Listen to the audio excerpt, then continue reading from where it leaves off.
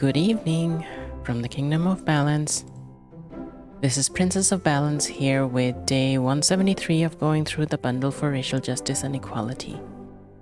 I do this stream every Monday and Wednesday to go showcase 3 games from the bundle that was released in July 2020 on itch.io. Today we'll be looking at games 517 to 519. The first one we have is Crystal Story by Fred Brown. It's some sort of I've played a little bit of it before for another showcase that I did a while ago.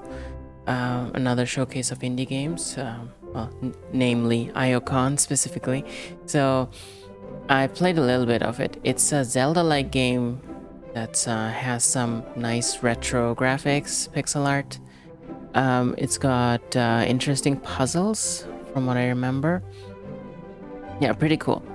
So that's our first game. And then we have Make It Last by Strawberry Dagger Studio.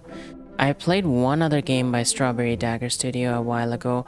I think it was called Destiny Fails Us or something. I don't remember the exact name, but something like that. It was also part of this bundle and it was at least a year ago that I played that one. It was a visual novel, and I think this one is also a visual novel. I'm gonna look at that in the second game. And our third game is called American Election by Greg Buchanan. And it's kind of, I'm finding it interesting that it just happened to be on 4th of July that American Election game is gonna be part of our showcase. It was a pure coincidence. It wasn't planned at all. I don't know how I don't know how it happened, but yeah, it's funny. We're gonna see how that's what that game is about in a little while. But first, we will be starting with our we'll be starting with the first game, Crystal Story. Crystal Story by Fred Brown.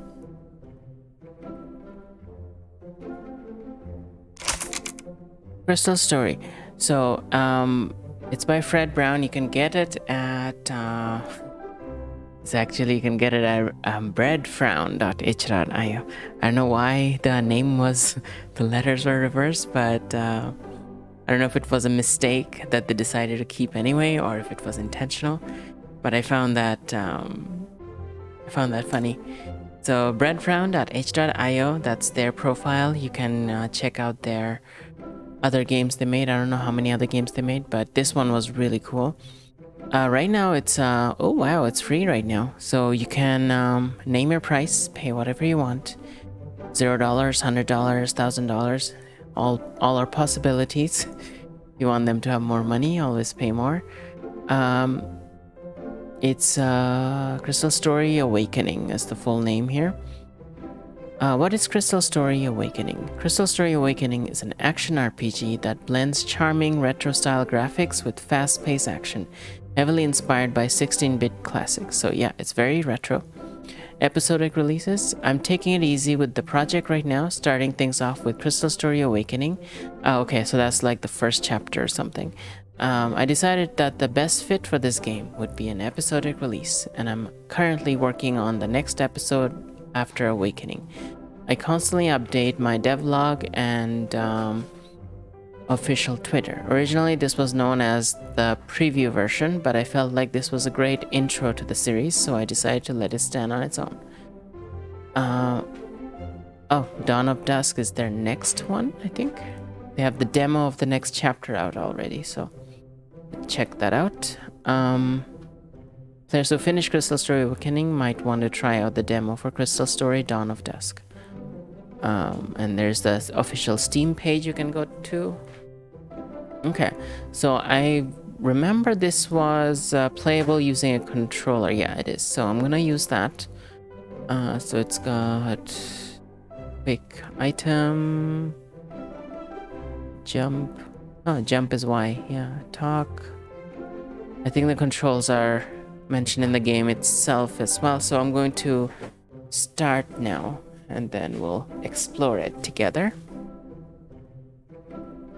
I did this, I played this game a year ago as well, so I kind of like don't remember details of it. So, might be new for me as well. I need to maximize. Okay, so fireball is X, jump is Y, sword, interact. Okay. What do we alt enter? There we go. Okay.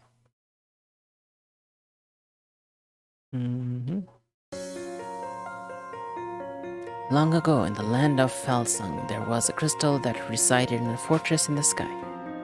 So pretty. I love the colors. My kind of colors. The crystal was capable of granting wishes to those who touched it. Many fought to claim it.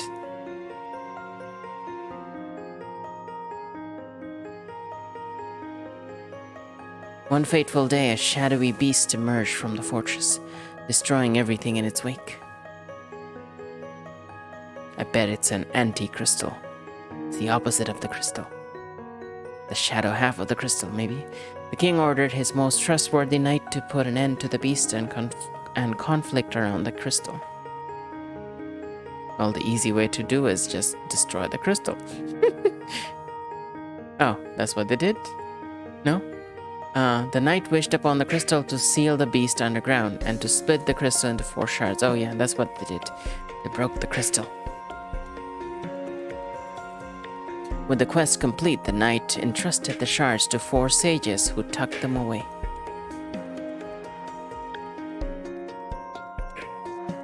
It's a very Zelda-like story so far.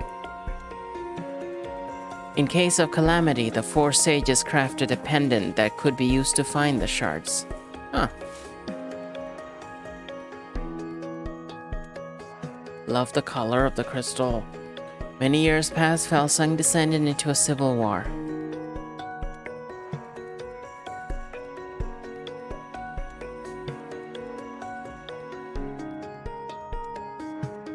In the war's aftermath, Felsung was split in 2. The Kingdom of Felsung and the Kingdom of Norsung. Nor and Fel, huh? Well, it's gonna be hard to get the crystal back together again. The events around the crystal have nearly faded away, as have their memory. Hey, isn't that the pendant that you can find the crystal with?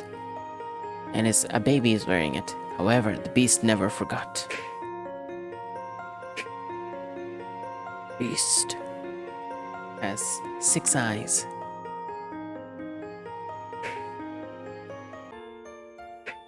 So pretty. I love how this looks.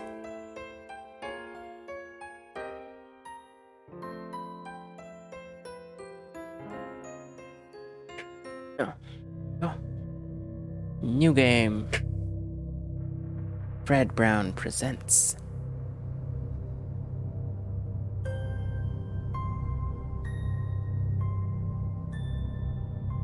At long last. Finally found you. The shadows are growing darker. I'm not strong enough to hold them back anymore. However, you're not powerful enough to help me yet. Worry not. I will watch over you.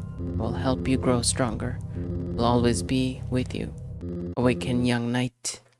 And please, promise me that no matter what happens, you'll stay with me, okay? She has 2 different color eyes. Oh, look. So pretty. And there's a fairy too. That's also very Zelda-like. How do you move? Oh, I use the direction pad, not the analog stick. Hey, what's this? What's this? Ah. Mina got 50 mint. Don't let it burn a hole through her pocket. We're gonna spend it, I'm sure. Follow me. Hey, there's something here. 50 mint. I know I was told to follow the fairy, but what if I don't? What if I go elsewhere? Oh, can't go here. Not on this side either.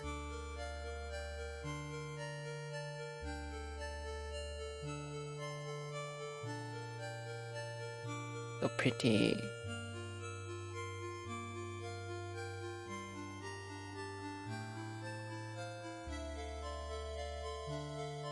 Oh, dust. Fortress ruins.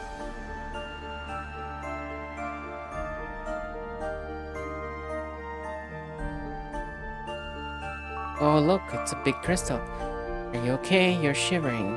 Stand near the crystal and press the interact button to warm up. The crystal is whole. It's not broken.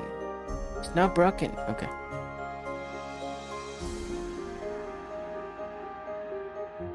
It's more than just warming up over there. When I learn Fireball, press the action button to toss one. Oh my god. Starting with Fireball. Isn't that amazing? Like, that's your starting spell, Fireball. I was getting stuck on the wall here. Damn. Look at that. The Fireball is like half her size.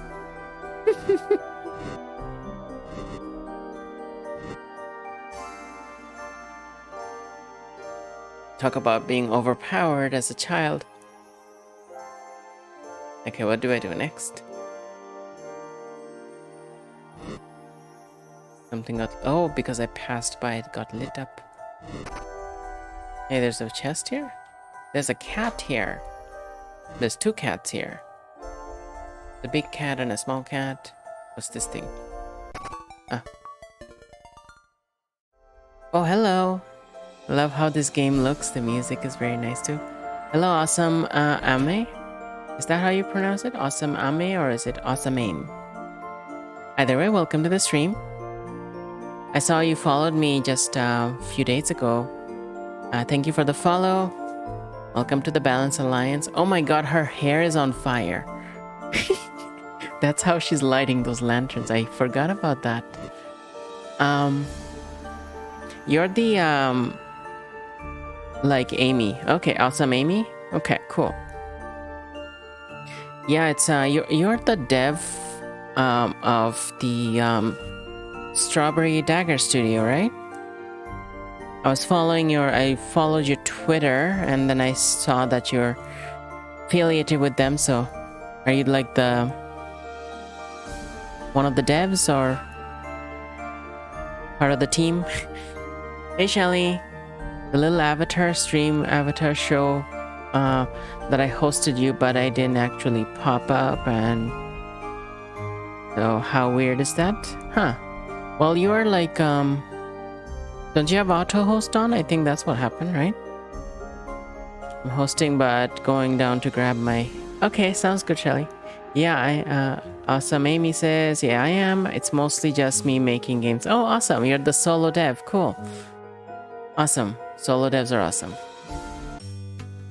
Oh, look. There's a big cat here. I guess this is a cat city or something. Welcome to Claude's Toys and Pranks. Explosive Baby Kaboo. Overstock sale. 3 for 100. Wow. These are like explosive ghosts. Explosive baby ghosts. Okay. Drinks, dairy. Oh, there's cheese in there, and there's a mouse in there with the cheese. And lots of potions. And milk. And some sort of a Z cola or something. There's a ton of mice in that fridge. Can I get you hot stuff? Okay. Well, she's on fire, so it makes sense. Saw something weird poking out of that pile of leaves west of here. That's it. Okay. I have like how much gold here? 150. Can buy one thing maybe.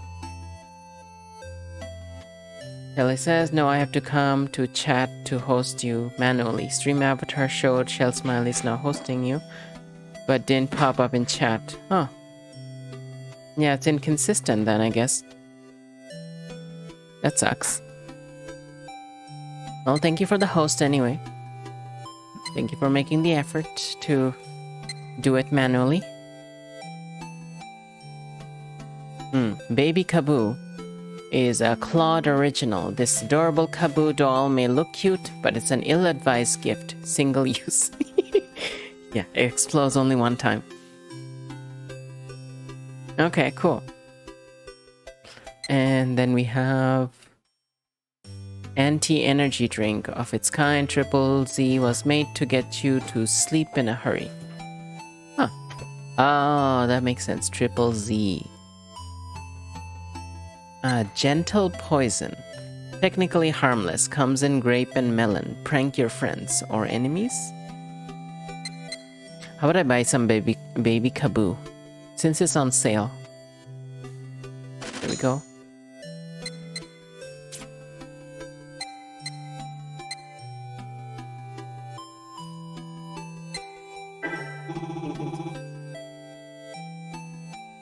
Watch yourself out there. Cool. Yeah, with like fire in your hair. Mina pets Udon and tells her everything that's happened so far. Oh my god. The cat's name is Udon. Awesome. Okay, so I'm guessing that's a save? Yeah. Oh, can I help you with pumpkin? Shopkeeper next door may look sketchy, but he's a really good guy. Kinda tastes like the no-name brand cherry cola that your mom buys, with its flavor being similar to cough syrup, but hey, it's a bargain. Okay, so that's a health potion. Oh, only 10. Let's get a bunch.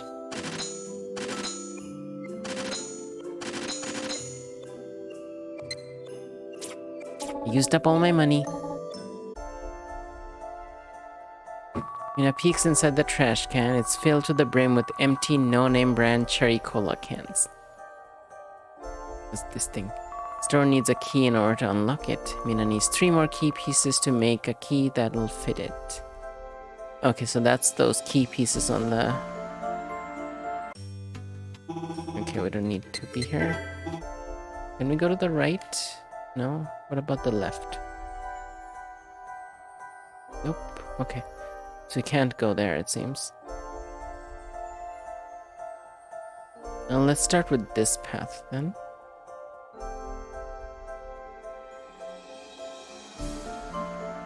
Okay, 3 very happy looking statues. One-eyed statue here. And they're... Okay. Can light this on fire. Oh, damn.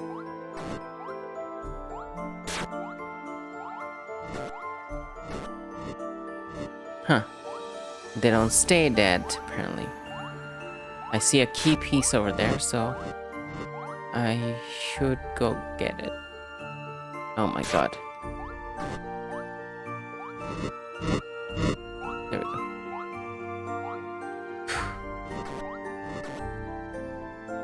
How do I get it? Like I said, I forgot what happens in this game. Can I hit these? No? Can I interact with them? There must be a way to do something there. I don't remember. But thanks for the lurk, Fire Don't Talk. What's on this side? Oh, these are fire related, so these might react. Yeah, there we go. Oh, now it's sword related. Huh. Okay, so nothing there.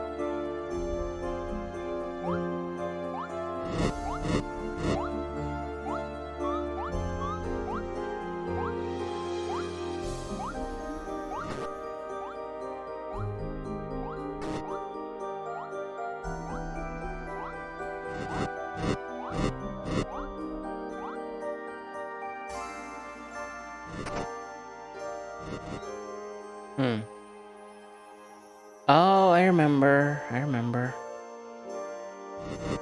have to use that. Yeah, I'm gonna do it from here. Oops. Oh, I can't jump on there? Huh.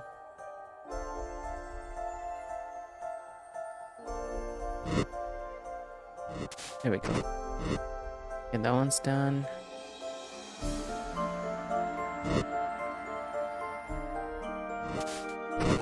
There. Is that a sword? Yeah.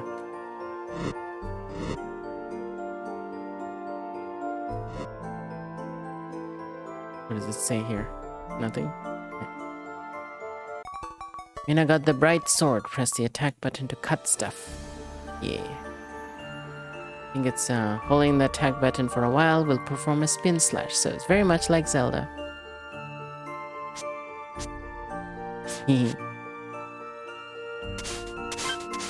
Oh, if you use a sword, you get money, which you didn't get with the fire. Cool. I should use a health potion. Oops. Can't get there.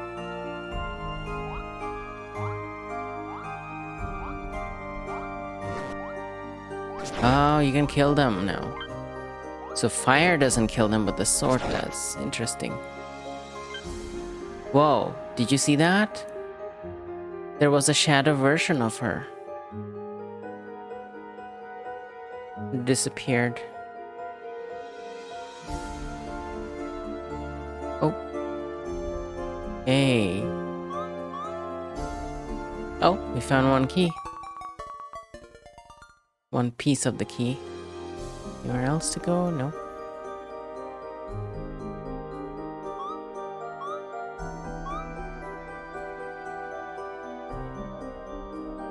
There's a treasure chest. Health potion. I can burn these but not cut them. Interesting. Hey, there's a cat here. A cat statue. Not really sure what it's for, but it's cute. I like how the fire spreads. It actually follows rules of adjacency and stuff like that. It spreads out. Did I go down here? Oh yeah, sword. There we go. Oh no.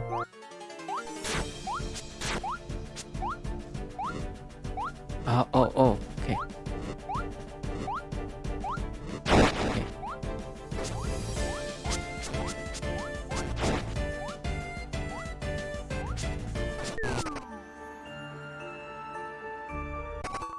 And I got a potion.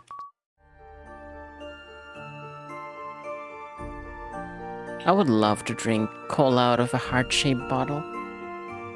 That sounds so much fun. It'll be tastier too. Oh god. What?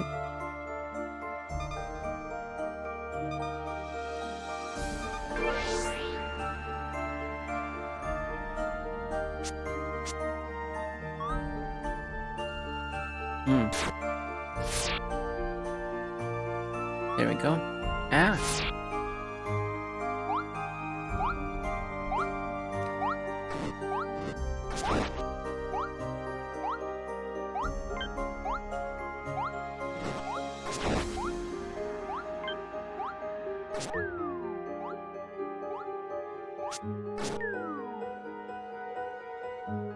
Grand reunion will build the way up. Okay.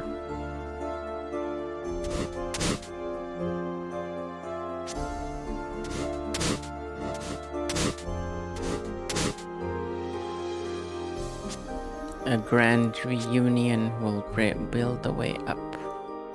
Reunion of what?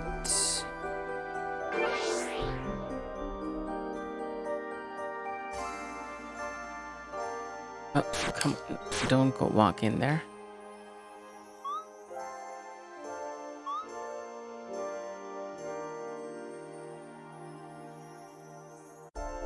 I guess I have to come back when I figure out what the reunion thing is. Let's see if I can do anything on the left side now. Oh, hey, Jasmine.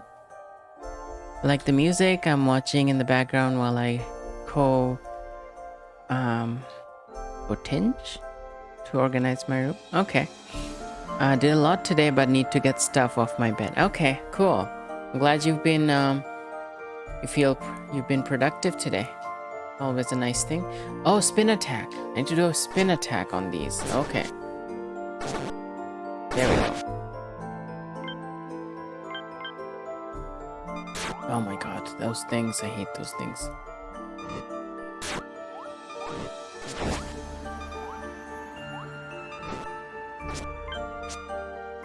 Oh, that one freezes.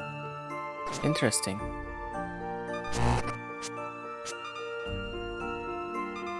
Okay, so that seems to be stable there. Okay, health potion.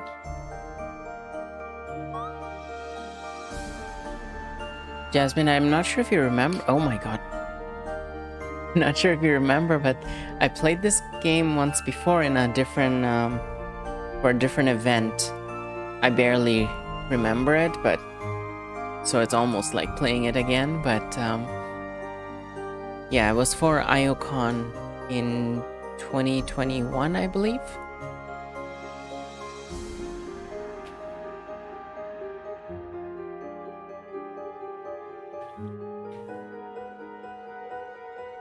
Oh no. Oh no. Oh no. Oh no. And I didn't save either.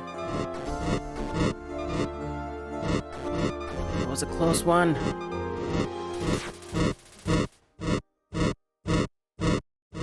Damn it.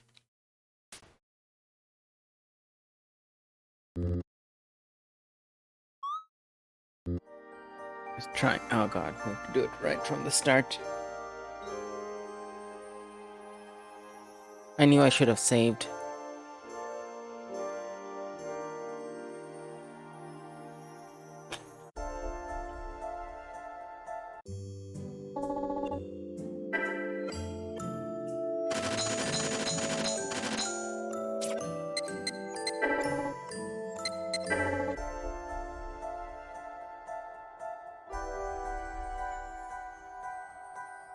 Okay, well, we'll do one step at a time and then save.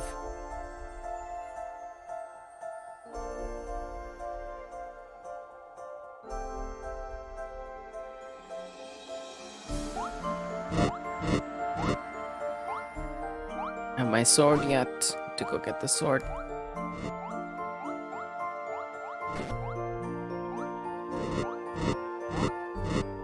Yeah, the puzzles were challenging, yeah. Oops.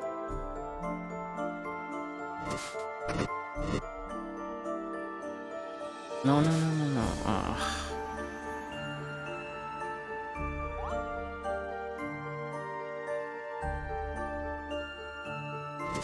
Oh, what? Why didn't that work?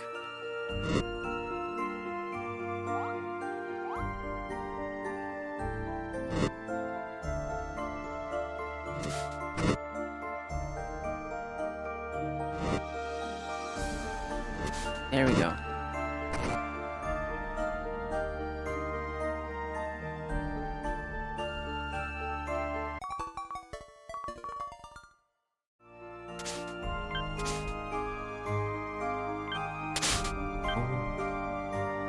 So many.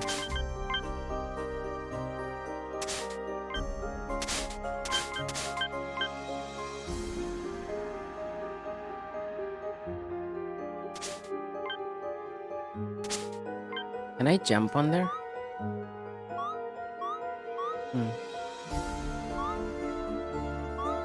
Doesn't seem like it.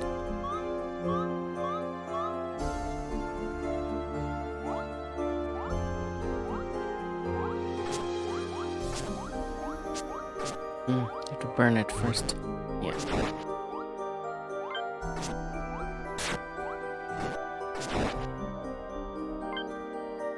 Oh, that shadow thing. Surprises me every single time. Alright, I'm gonna save here.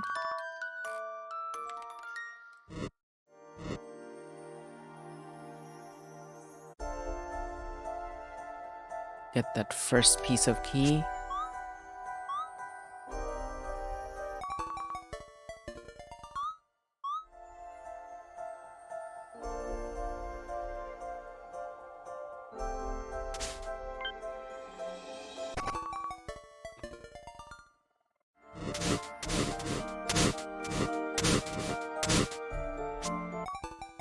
Got a cat statue. Okay, so this branch is done. So I'm gonna go save again.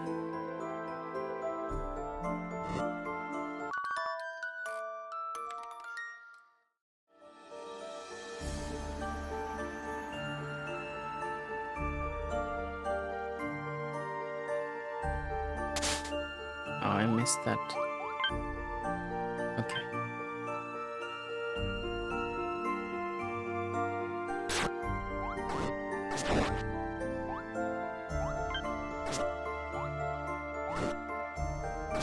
There we go.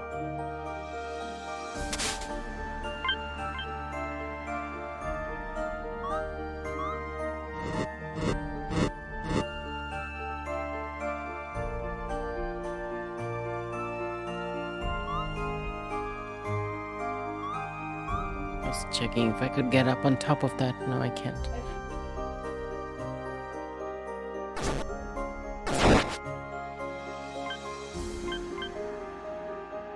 Oh God, no. Not yet. Okay. The in both sides there are big monsters, like both in the inside the cavern and the outside. So, decisions.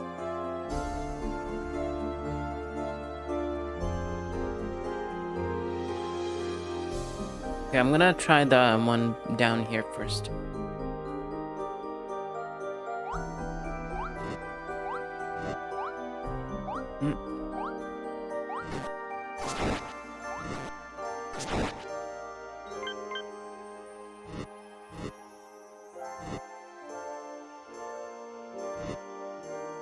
Okay. Now it's in. Oh, wait.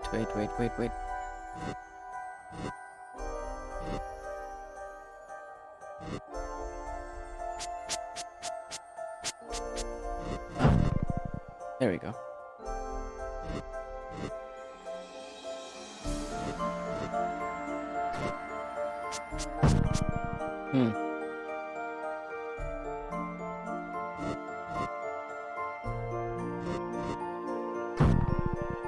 Oh, you can use them to blow up the crystals.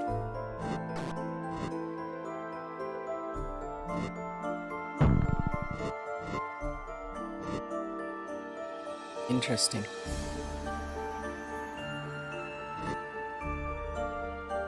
Okay, he doesn't hurt you, so that's good. But he follows you around, kind of thing.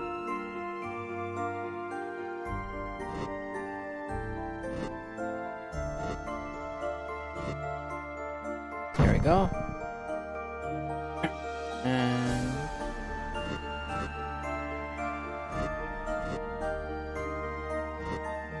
one. Come on. Oh.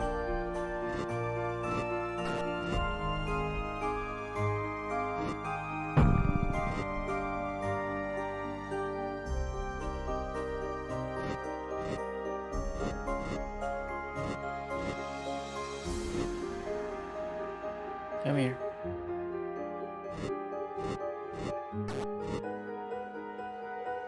Oh, we can throw him in a specific direction. That's useful. Is he coming back? Huh. Probably not. Maybe if I go back there. Oh, there he is.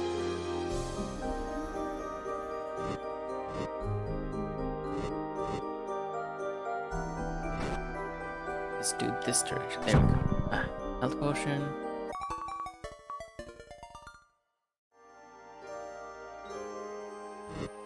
Oh, there's another big creature here. Damn.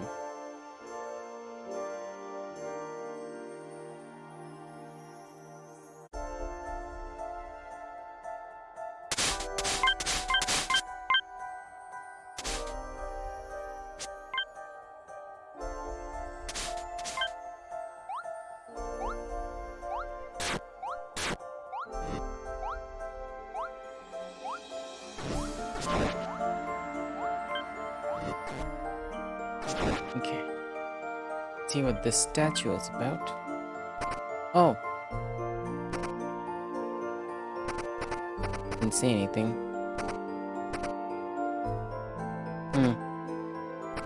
Well, I gave him the cat statue, so that's probably what I need to do, but I wish the instructions didn't disappear just because I... Oh, there's one here too. Lapidated mural, an eye of an amethyst, and a cat of stone. With them both, I'm not alone. Oh, I need to get eye of amethyst now. Next.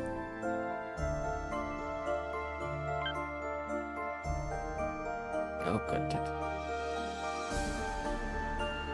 Okay, this one's not hurting me either. Well, that's good.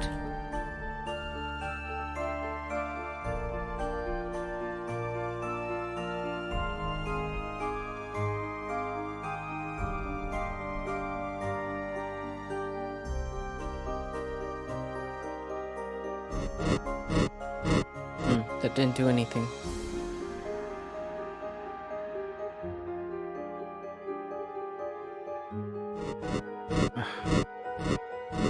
Didn't do anything. Maybe I'm doing it wrong.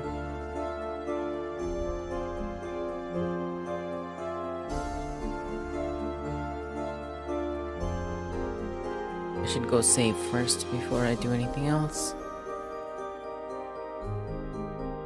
Did we do this side? Yes, we did.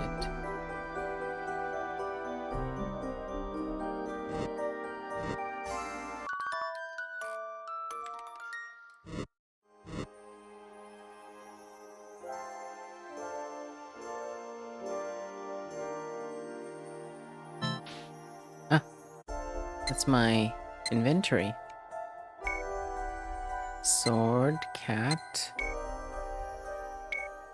fireball. Huh, you can learn so many things.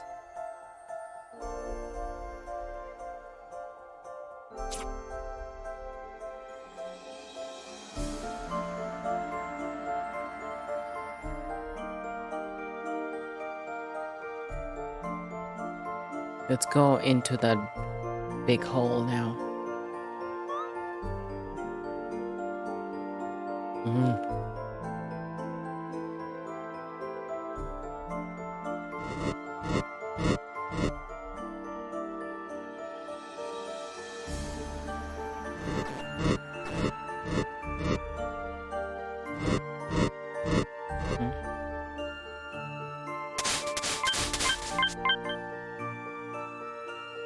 There I am.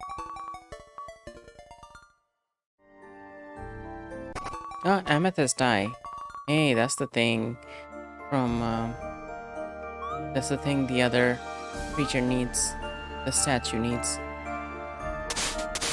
That's so much money. Money. No.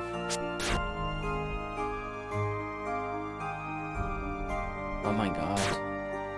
So persistent.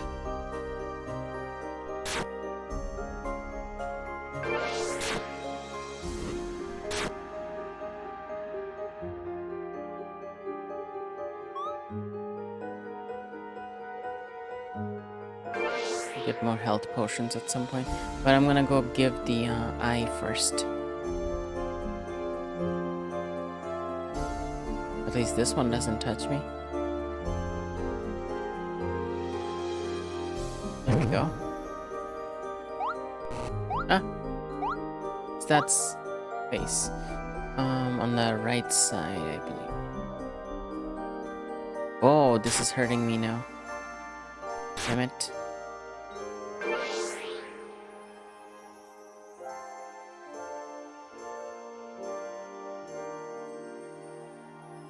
Okay, let's go save, and then we're gonna get the second key piece.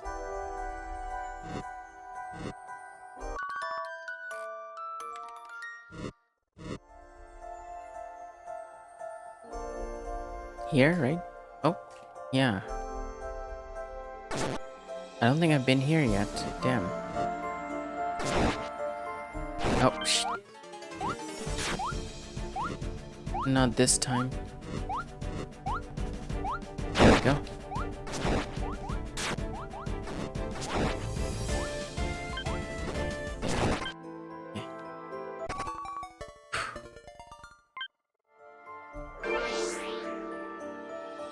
Oh, right.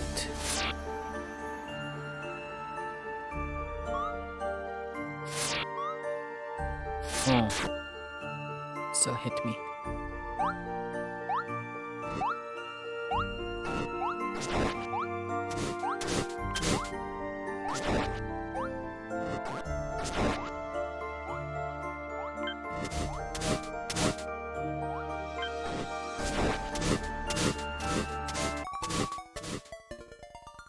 Okay, here we go.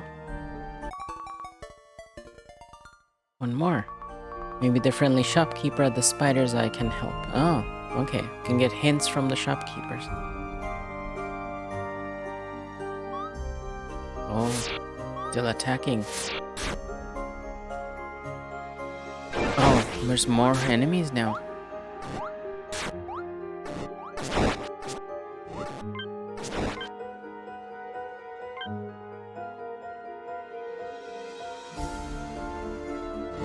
Oh my god. Okay. Got a cousin who runs a pizza shop in Geldia. Crazy, huh?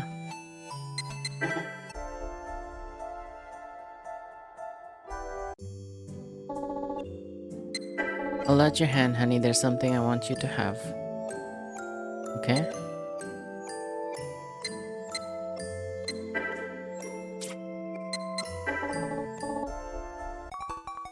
Oh. The last key piece. Unlock the door to the boss chambers. Okay, let's save first. Cool.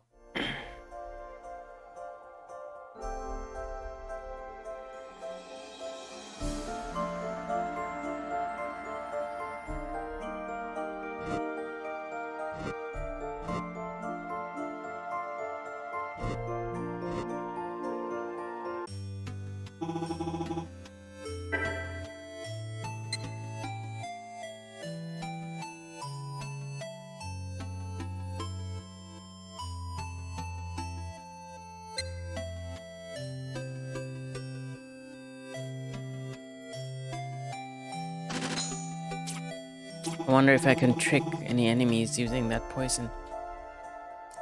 That's why I bought it. There was there any space I didn't explore yet?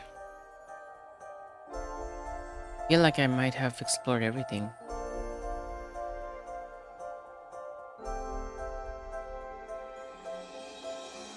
Yeah, except for the boss chamber, I think we got everything. As you walk through this door, there's no turning back. If you're ready, carry on. If not, step away. Let's try it. Hey, look, there's my shadow down there. With beady eyes, beady red eyes. The pillars have eyes that are blinking as well. This scene reminds me of Magus's chamber in Chrono Trigger.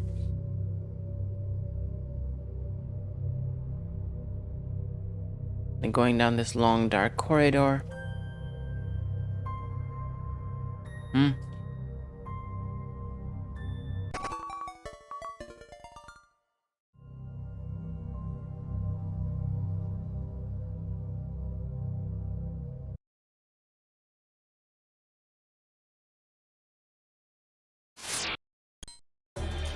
Shadow Mina brandishes her blade and she's ready to fight. Oh, it has this RPG thing, like turn-based combat thing going on. I like the health bar thing at the top.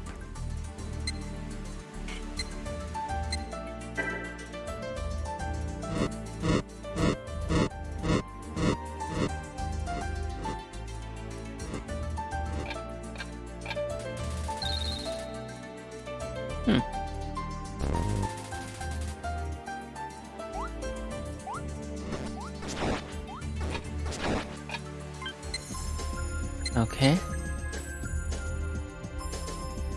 Let's do an attack, I guess. Okay.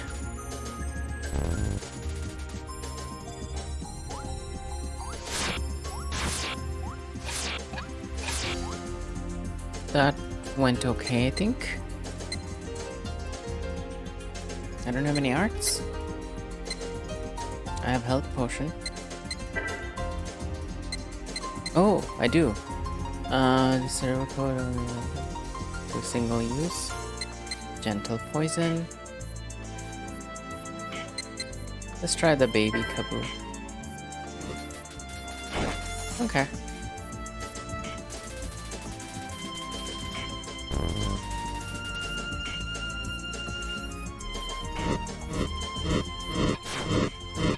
Okay, cool.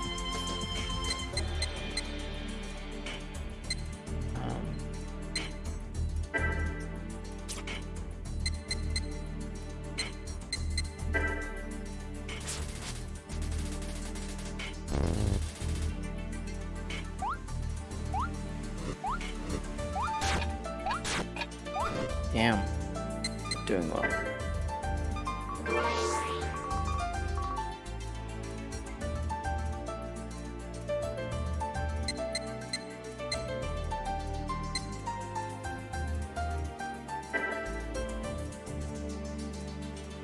Oh, damn.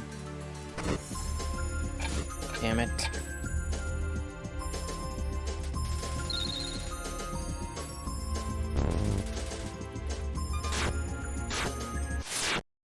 Damn.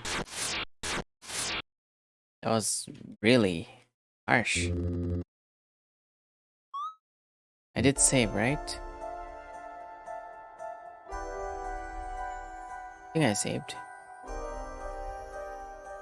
Yeah, it looks like I saved. Try this again.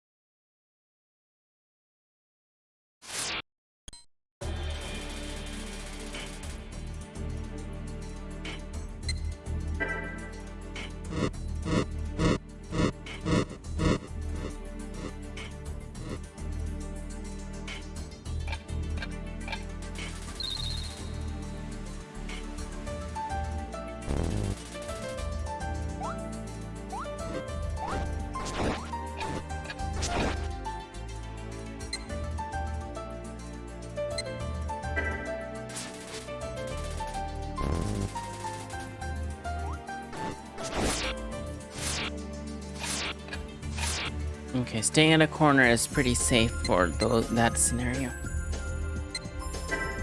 Oh yeah. Oh, come on. Yes. Awesome.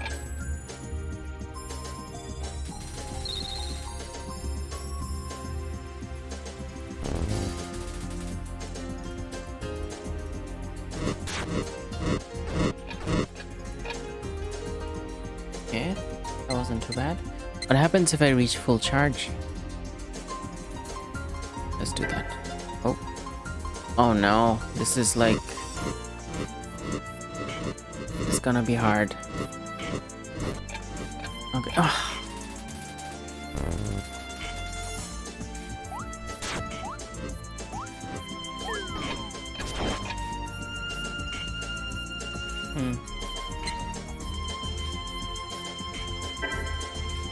Has to be this one.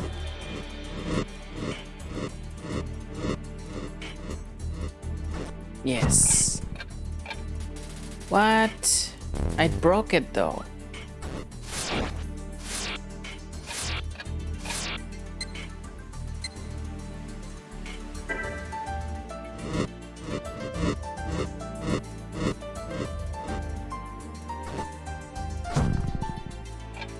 There we go.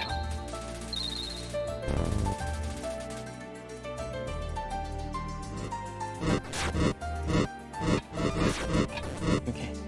I charged up. Oh, I can do arts now. I see. But I'm gonna use a potion first because we are not doing well. Mega Fireball. No, only 20. That's like just... That's like 2 attacks. That's not worth it.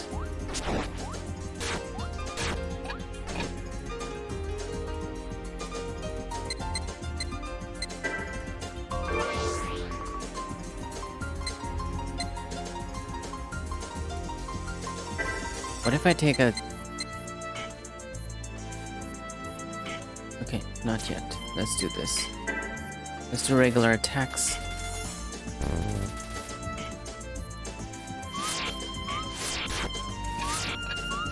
Okay. I guess I could jump over those.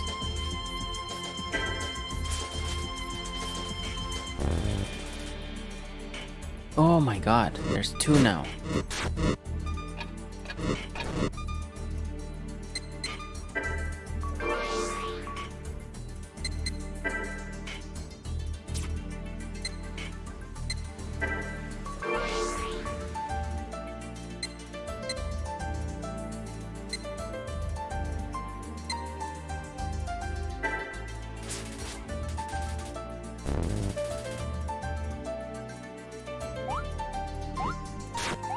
Come on.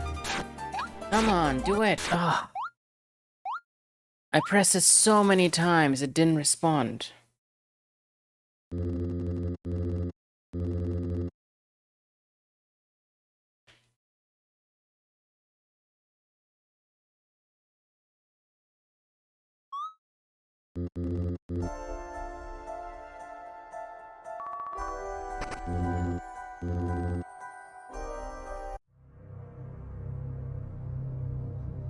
Okay, so forget about charging. We're just gonna do regular attacks.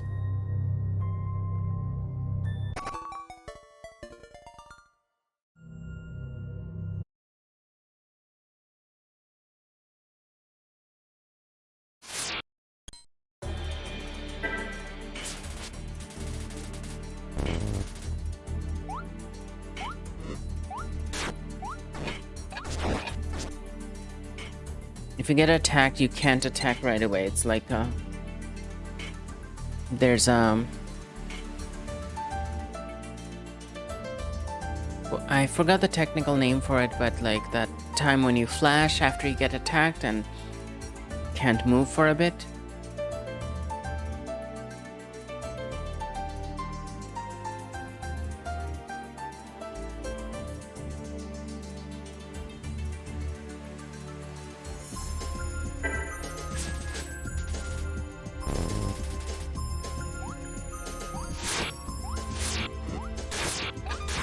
God.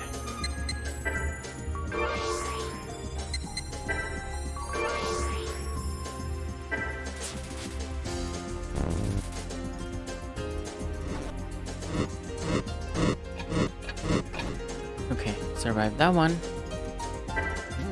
I missed?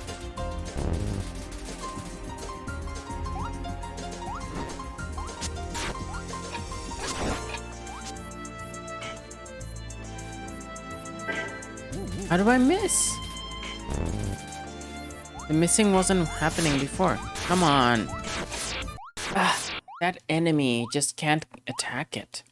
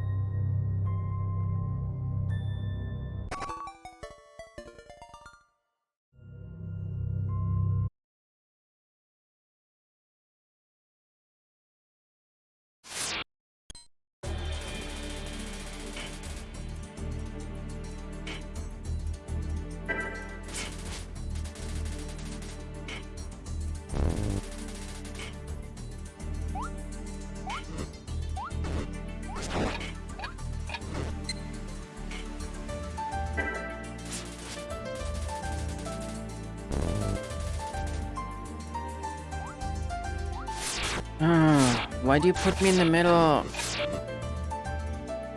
was trying to get to the corner and the enemy attacking me somehow put me in the middle.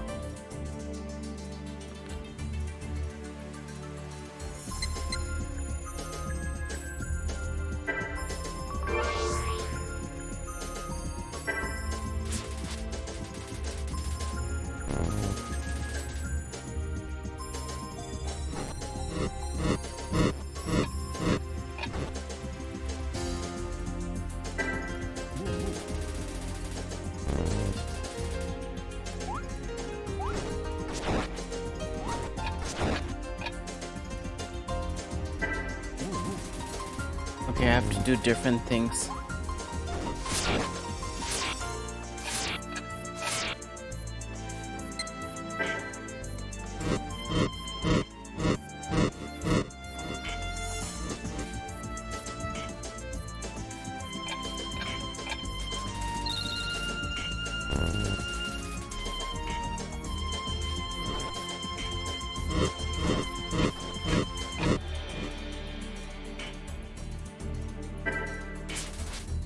Yeah, if I attack every time, she anticipates it, so we need to change it up a bit.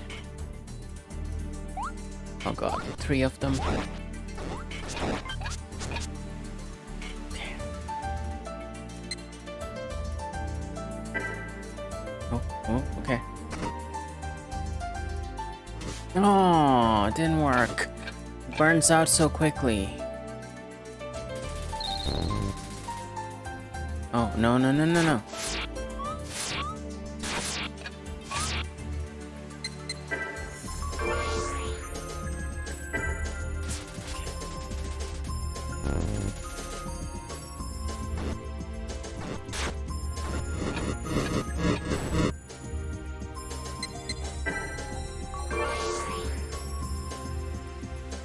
Let's use a baby Kaboo. That's a good one.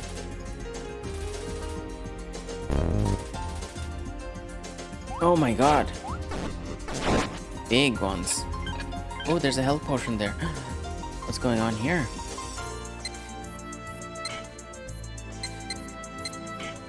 And do another Kaboo.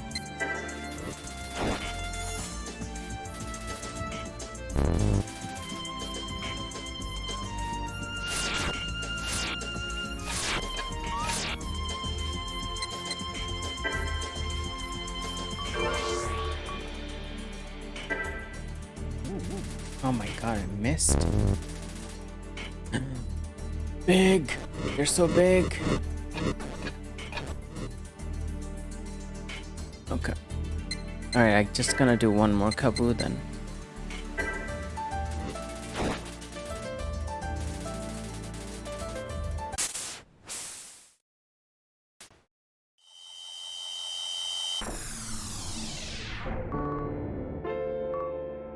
Very well done. I expect nothing less from you, Mina. Soon Felsung will approach her darkest hour. She is in need of a hero who will cast away her shadows. Your acts here have spoken for themselves. With time, your light will glow brighter, and you will grow stronger. The crystal before you, take it, absorb its power, and shine bright. Got the Shadow Shard. Her overall HP and AP increased by 1. Light Wave, we got a new ability. Her HP is full and she swings her sword, it will expel a wave of light damaging nearby enemies. So basically it's a Soul Reaver at this point.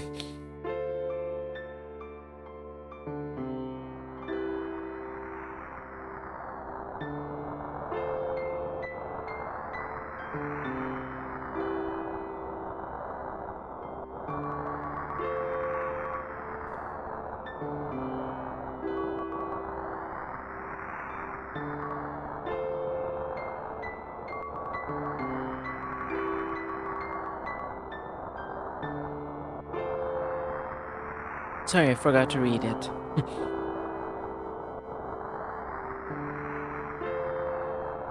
You practically have the weight of the world on your shoulders, but it will also be filled with moments like these. Don't let them pass you by. Save the world, but don't forget to save yourself. And promise me that no matter what happens, you'll stay with me, okay? Mina, honey, are you still asleep? Come to the kitchen, I've got a surprise for you. That was a dream! I forgot this part. A pair of neon Joy-Cons in their grip. They need charging up. Oh, it's a Switch!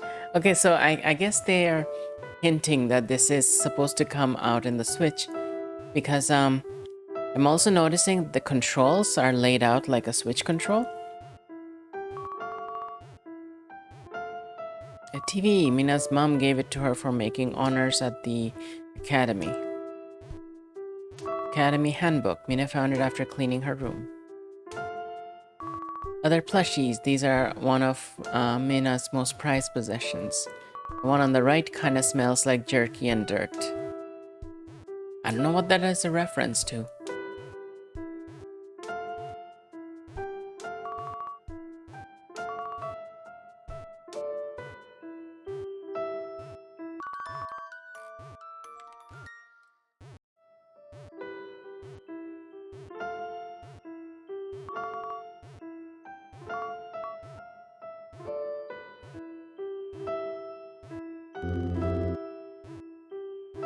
Who said that?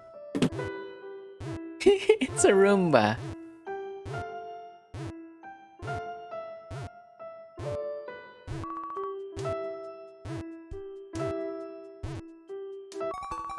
Chumba. Off the floor, a 10-mint coin was stuck in him. Oh. Now he's not disoriented anymore. Hey, mirror. Chumba can usually park himself here to charge up. Usually. This is Mina's mom's room.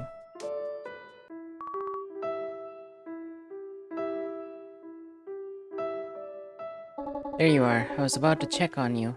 Come in. Come on in. I made something special for you. She's a spider person.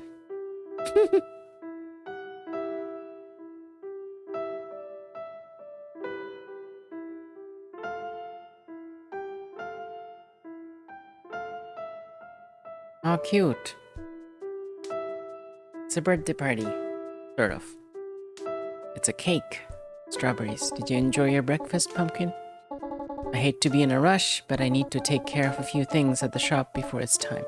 When I'm done, I'll close up early. We can all spend the rest of the day to celebrate. That reminds me, Johnny left earlier to help Professor Sid with preparations. Why not see if they could use an extra hand? If you decide to go out, make sure you lock the door. Love you, and put your dirty dishes in the sink for me, please. Okay, I could do that.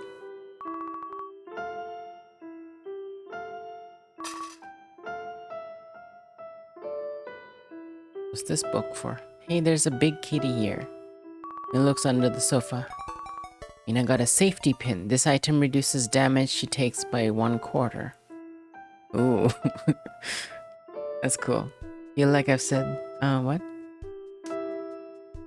Has this game been updated since you last played? Has more been added to it? I'm actually not sure. Because I think last time I played, I stopped here. Stopped at this point. Didn't go further. I'd love to have an extra set of arms. Me too. I'm always running out of arms. I just like... I'm doing things, putting things away, and then I'm like, I'm out of arms. I'm holding 2 things with 2 hands, and... yeah. Always could use some extra arms. TV... feel like I've said that before. I'd be able to crochet and play video games at the same time. Yeah, that's even... yeah, I didn't even think about that. But yeah, that's, that's definitely better. What's this? Hello, is this Mina? Hey, this is Professor Sid. Have you heard from Johnny? He was supposed to help me this morning, but he didn't show up, nor will he answer my calls. He told you that he left early this morning? Mina, have your mother call me as soon as possible. Brother is missing. Okay. I think that's the end of the first chapter. Yeah, so they have a second one. The demo of the second chapter is out right now, Jasmine. If you want to check that out, it's the link is in the same page as this one. It's a solo dev. Game designer, director, developer, creator, and writer, Fred Brown. Well, it's not a solo dev. There's a co-game designer and co-developer. But a lot of these games are like solo devs, made by solo devs.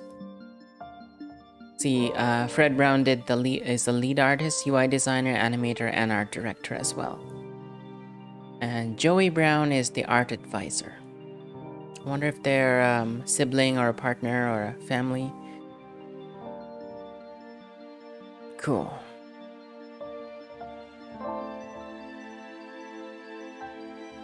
Yeah, there's the second chapter out right now. I think it's called Dusk or something. Dusk to Dawn. I'm gonna tell you in a very short time after this credit ends. Actually, I can just quickly shut it down. Okay, so that was Crystal Story. They have the second one. It's called Crystal Story Dawn of Dusk. And it's Dawn of Dusk will be released around the same time as the Steam release, so whenever that is. Can I see the Steam thing? Dawn of Dusk, sometime this year, I think they're gonna release it. But the demo is out, so if you, and it's for free, so you can just check out the demo for free. Looks cool. There's more enemies, more types of enemies. There's clearly new areas to explore too. Cool. So yeah, that was Crystal Story Awakening. I'm gonna take a quick break and I'll be back with our next game. Next game is called Make It Last, and it's by Strawberry Dagger Studio. Strawberry Dagger Studio was just in chat just a little while ago as well. So if they're interested in chatting about the game, that'll be completely welcome. Alright, so let's go on our break screen and we'll be back in 5 minutes or so. Talk to you soon.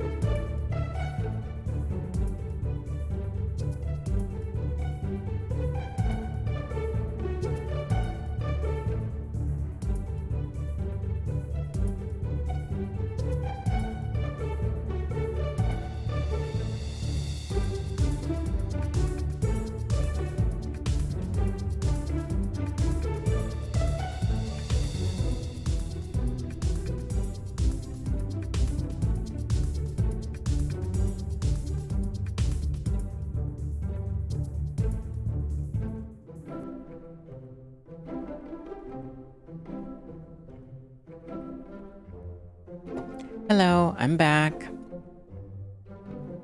So that last game was pretty cool. But I'm looking forward to this one now. This one is called Make It Last. It's game number 518. This one is by Strawberry Dagger Studio. We have Strawberry Dagger Studio in chat right now as well. So if you want to check out all their games, it's sbds.h.io. That's the link to their profile. Here we go. Awesome Amy says I had to take a phone call that lasted for a bit, but it looks like I'm back in time to make it last. Yeah, you are. And Crystal Story looked really great. Yeah, it did. They have a demo for the second chapter out right now as well. Both are free at the moment, so yeah, it's a fun one to check out. So let's get into Make It Last. Go. I love the color. I love the purple. Purple is awesome. It's one of my favorites. So this game is it's a visual novel, and it's in the Queer Games bundle as well. I recently got the bundle on it. It's I haven't had a chance to look through it, but it seems to have a lot of visual novels in it. Which makes sense because a lot of queer people make a lot of visual novels. It's a fast way to tell stories. So it's so that's why there's so many. There's also I found a lot of a few plural themed games as well in the Queer Games bundle when I briefly looked through it. So that's another reason to get it. There's two versions. There's a $60 version. There's a pay what you can version, which is I think more like $10. Yeah, so I think they have the same games, but all the money that's being raised by this bundle is gonna go towards all the creators that have contributed. So they've raised 103,000 on this one so far. That's pretty cool. Yeah, really cool games here too. So check it out if you are able. Yeah, this one is different because all the money is going to be evenly distributed between everyone, as opposed to going to a charity. That's kind of cool. I didn't know Itch did those things. Yeah, anyway, so back to the game. This one has a cupcake on it. Make It Last is a sweet visual novel that follows the lives of Harvey Chapman and Jordan Min, two men who met, fell in love, and spent their lives together.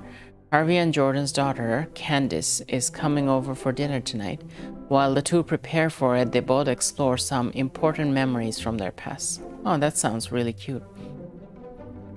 I also like it because it's another facet I like about from reading this is that it's already an established relationship that you're exploring. Probably like different memories from that too, but most visual novels I play usually tend to have like a single character who's looking to form romance and friendships with other people, and trying to pick between multiple people.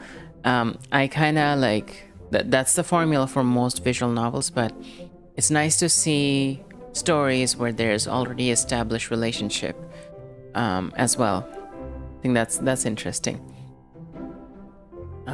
This game was made for Self-Care Jam too. Self-Care Jam. There's a Self-Care Jam?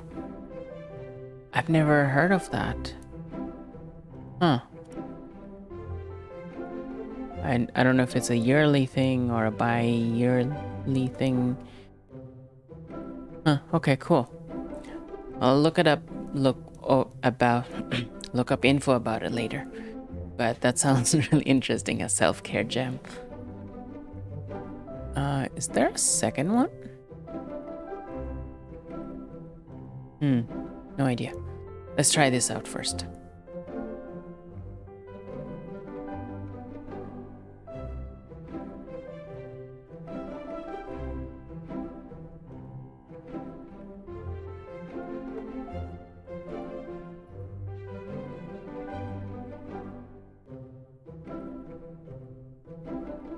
For some reason, visual novels take a while to load on my computer. Not sure why exactly. It's not very resource heavy or anything.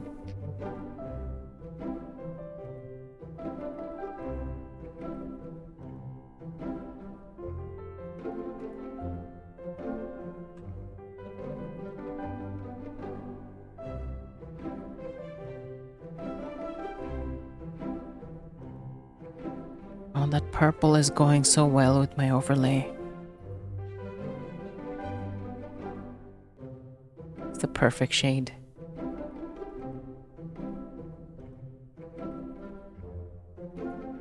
I have tested this, so I know it works. I don't know why it's taking so long. Last time it was, it loaded much faster.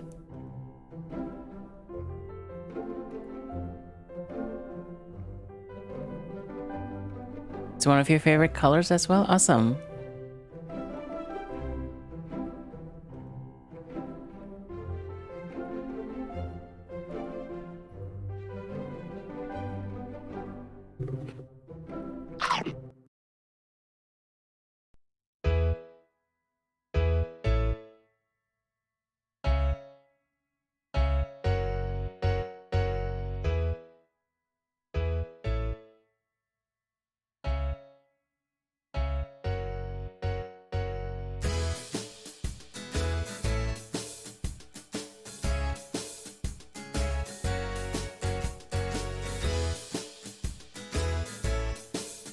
Okay, this looks really cool.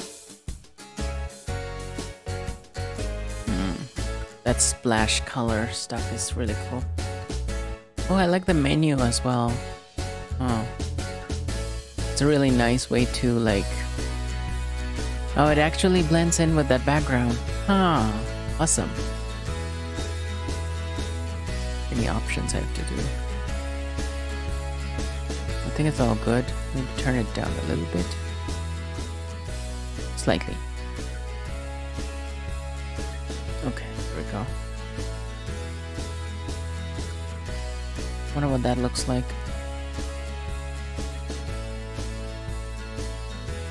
I'm gonna go with the dyslexic just in case there's someone watching who's needs it.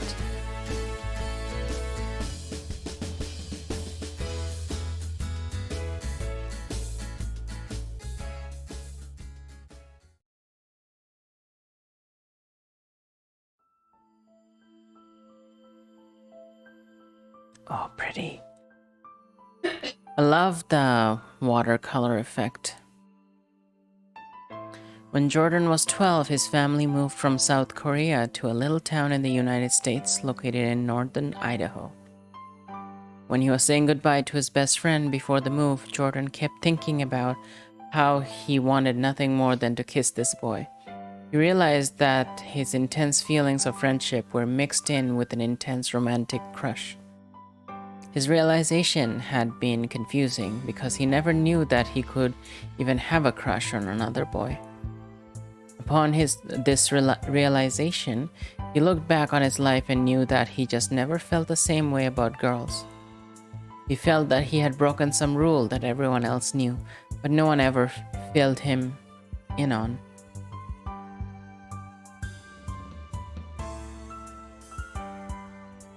When Harvey was 12, he was playing hide and seek with his sister.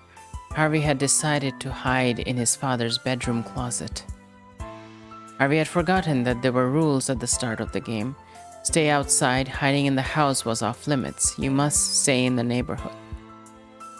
Harvey had been sitting on the floor of the closet when he noticed a stack of magazines on top of a box in the corner. The box was labeled Martin's Crap. Harvey grabbed a magazine off the top of the stack. The cover had a nearly naked woman. Harvey skimmed through the magazine. He felt grossed out by the time he got to the end. He briefly questioned if wanting to see girls naked was normal. And if he was not normal because he knew that he wished that there had been men in that magazine.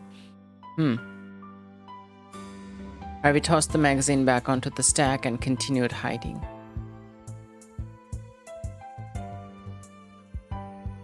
When Jordan was 14, he came out to his older brother Stefan.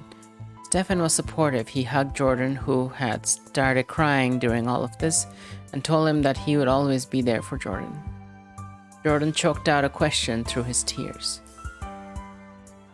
What should I do? Stefan paused. He understood that Jordan was afraid of. He understood what Jordan was afraid of immediately.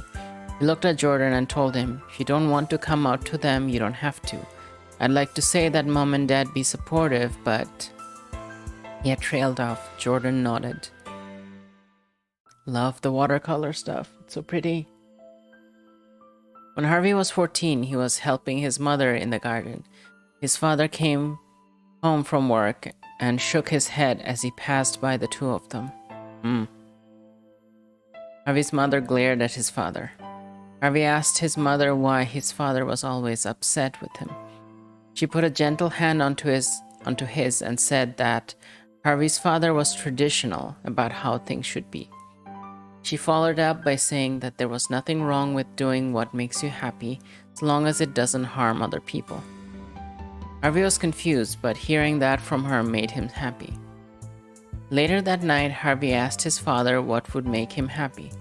His father replied by telling him that he'd be happy if Harvey manned up. That wasn't a good setup. The following school year, Harvey signed up for the football team.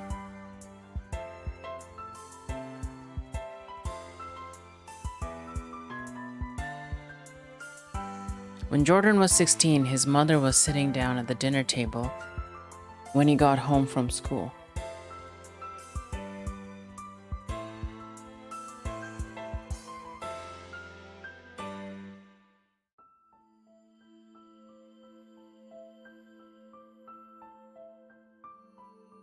His mother spoke in a stern tone. Hyunjun, I found this while going through your room.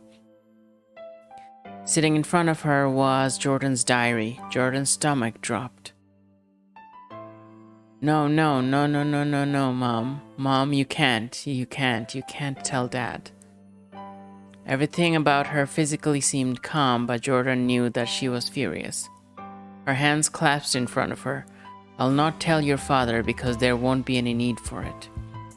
Her eyes started to tear up, but her voice was filled with rage. You'll stop this at once. You will not do this to us after everything we have given you.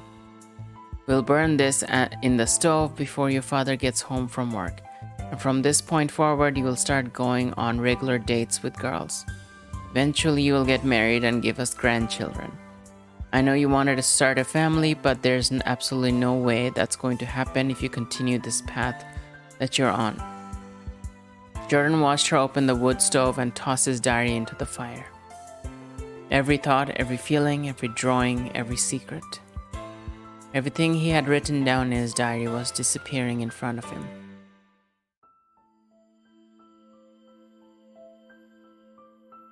When Harvey was 16, he had become the star of the football team. Harvey no longer had time to help his mother in the garden. His mother asked him if he was happy with playing football. Harvey didn't answer at first. He thought about it. He wasn't sure. Harvey said he was happy. His father smiled more often. His father laughed with him. His father hugged him. His father loved him, finally. His mother smiled, but it didn't reach her eyes. His mother laughed, but it felt hollow. His mother hugged him, but there felt like a massive void in between the two of them. His mother had, and always would, deeply love him. Later that year, his mother got very sick. On her deathbed, she told Harvey that there was no way to measure just how much she loved him. She told him that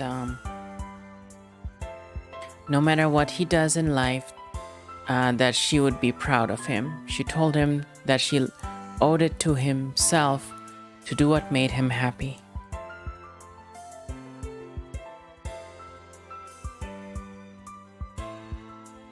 Yeah, that's really sad.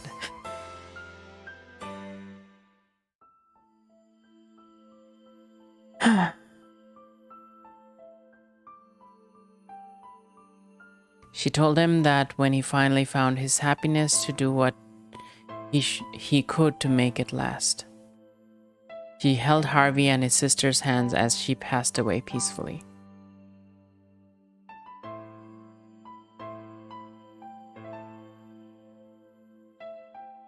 Harvey no longer helped his mother with her garden.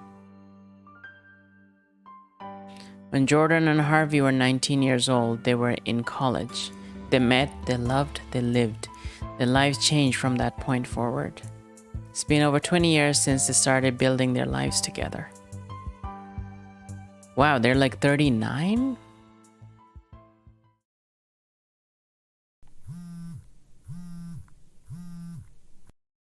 Faint vibrating noise came from the far bedside table. Jordan says, Jaggy, I think someone is trying to call you. Jordan reached over to wake him up. Using a little too much force, Jordan slapped his hand down onto the cold sheets. Huh? Oh, pretty bedroom. Oh my god, look at that color. Look at the purples against the blues. Bed to the bed sheet and the... so beautiful. The purple pot. Okay. Whew.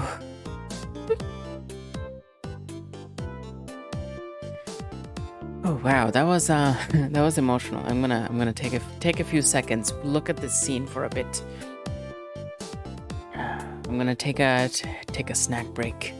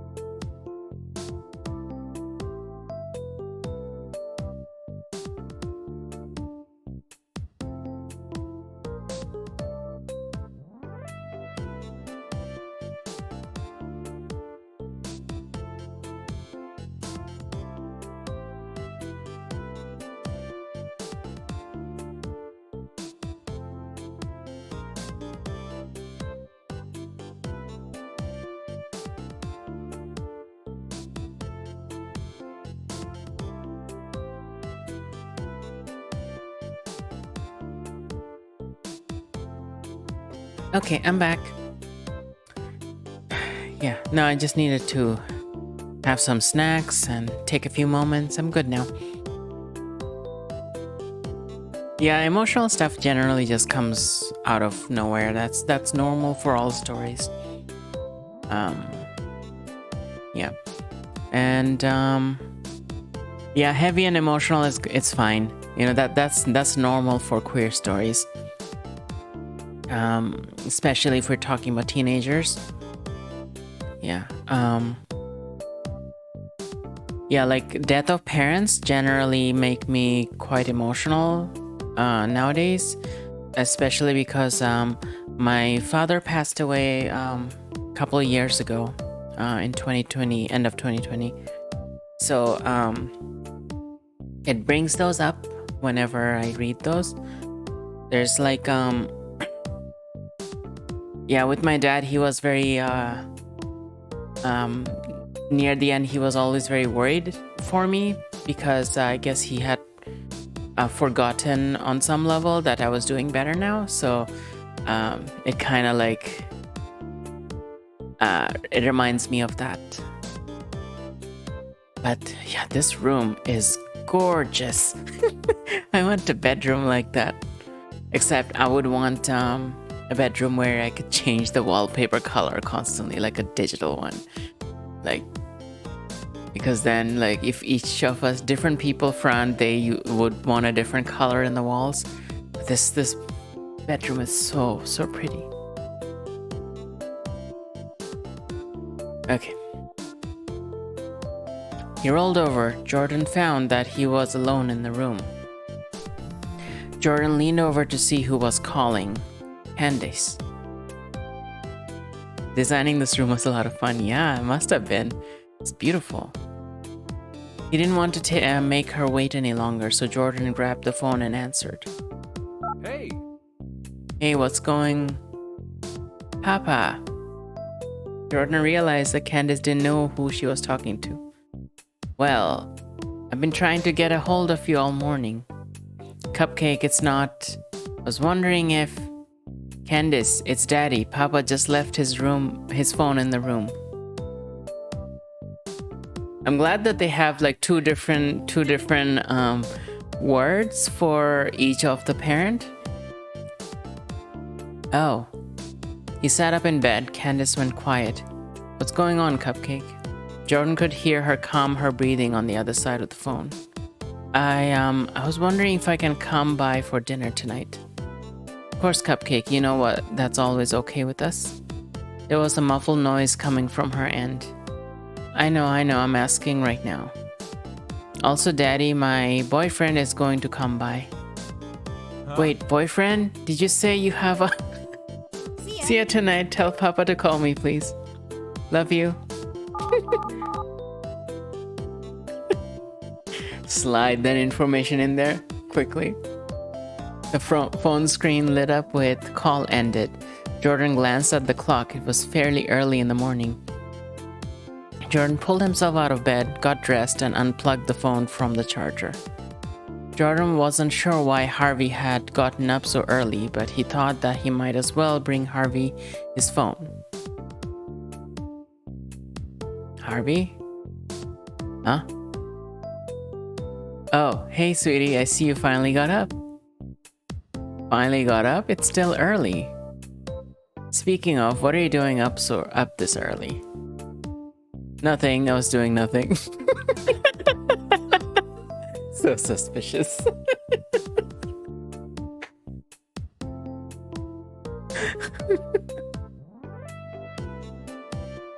Yeah, what Candace did with I gotta go, bye, that thing was awesome. Yeah. Clearly, this is kind of new information that possibly... I have a feeling maybe like she told one of them but not the other. So she was trying to hide that fact. Nothing, I was doing nothing. Harvey slid something behind him underneath the magazine. What was that? I don't know what you're talking about. Being so obvious. I'm going to make coffee. Jordan tossed Harvey his phone. Oh, thanks, I was looking for that. When Jordan got into the kitchen, he remembered that he needed to tell Harvey something. Oh yeah, before I forget, Candace called your phone. She did? He pokes in from the side.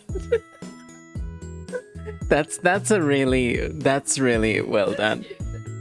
Yeah, like that body position, that expression in that angle is just, it's so perfect.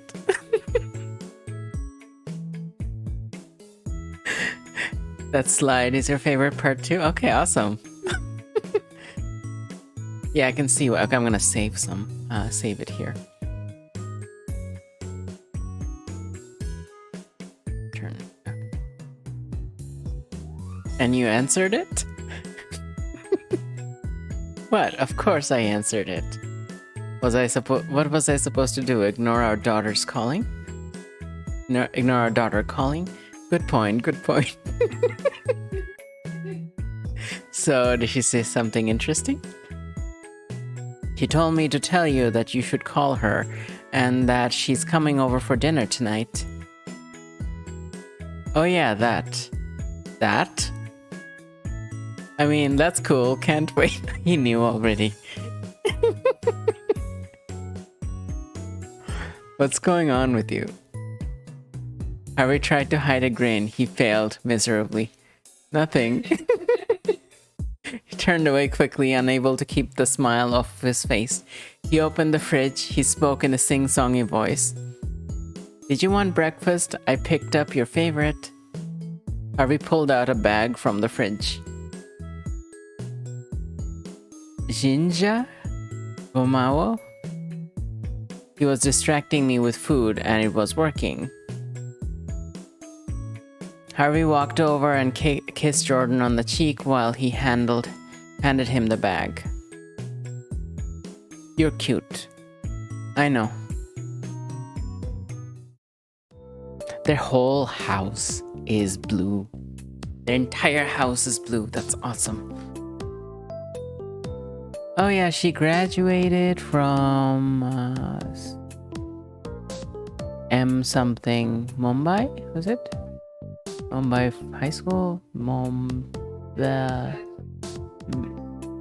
Yeah, I can't really read the top line.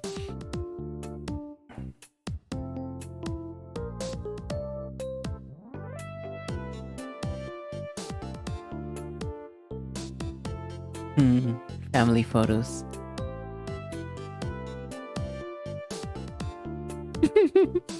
Goodness, Harvey has no poker face. Moirai. Okay. Moirai High School. It's the same school in my other game, Destiny Fails. Oh, okay. Love the photos in the... Yeah, me too. I love the photos in the dining room. And it's got that purple as well. I'm guessing Jordan only wears that purple. They took their places at the dining table and started having breakfast together. Oh, I was gonna say something before you brought up food. What was it? Was it about sweet treats? No. No limits? Nope. How much you love me? No. Harvey looked slightly hurt. I mean, yeah, that too, but that wasn't what I was gonna say earlier. Oh well, I'm out of ideas. It'll come to me. Anyway, thank you for breakfast, Shaggy. It was no problem. I was out already, so I figured why not, you know? I was having such a hard time waking up this morning, I barely even reacted to... Wait. Candace has a boyfriend?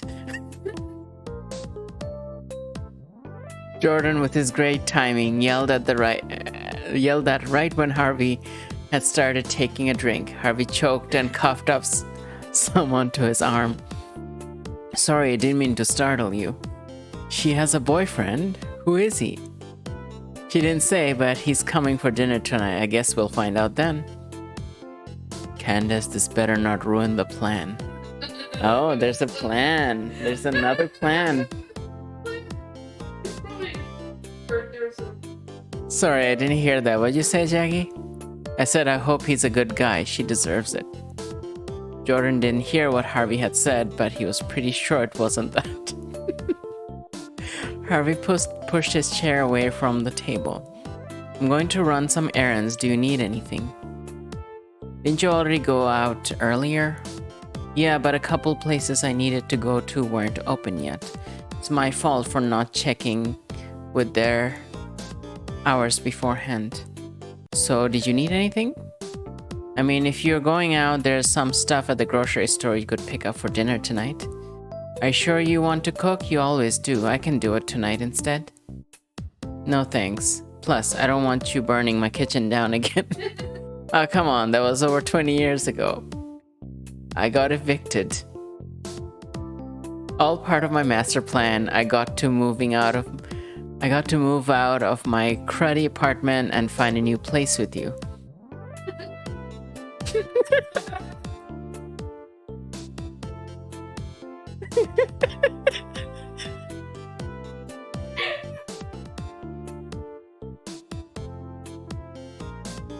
Might hear Rifna laughing in the background. It gave me a Dream Daddy. It does have a Dream Daddy vibe, yeah. Okay. He wiggled his eyebrows at Jordan.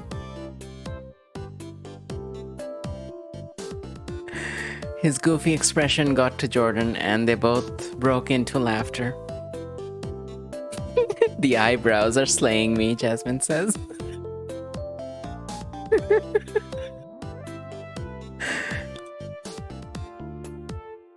It's okay, I don't mind cooking tonight. Jordan leaned over and gave Harvey a quick kiss on the cheek. Jordan had Jordan had picked up and put their plates into the sink as Harvey walked towards the bathroom to get ready to leave. Jordan shouted to Harvey while he searched the cupboards. "What are you in the mood for dinner?" Harvey was brushing his teeth and his voice was muffled when he yelled back, "Your chicken Alfredo, I've been craving it." Oh, chicken Alfredo sounds so good, oh my god. Oh my god, that sounds good. I want it now. Oh. Sounds good. And dessert? Harvey entered the kitchen. "Sweetie, you're the dessert guru. Anything you come up with will be perfect." Jordan was not exactly sure what made him think of it right then, but something came to mind. How about Esther's pie recipe? That is an absolutely perfect idea. You don't even know. Alright, I need to write down a grocery list for you. Jordan had remembered seeing a notepad somewhere around the living room. Where should Jordan look for the notepad?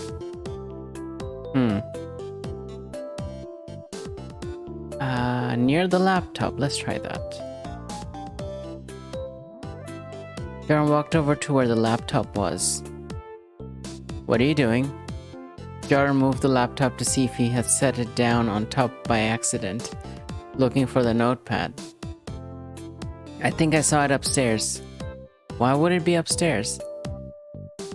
I don't know, I think I saw it there. Jordan eyed Harvey suspiciously before sighing. "I'll just text you the list." "That sounds good to me. Thanks, sweetie." Harvey glanced down at himself and looked back up to Jordan. "I think I left my phone in the other room. Can you go check for me?" "Really? You need to be careful about leaving it around."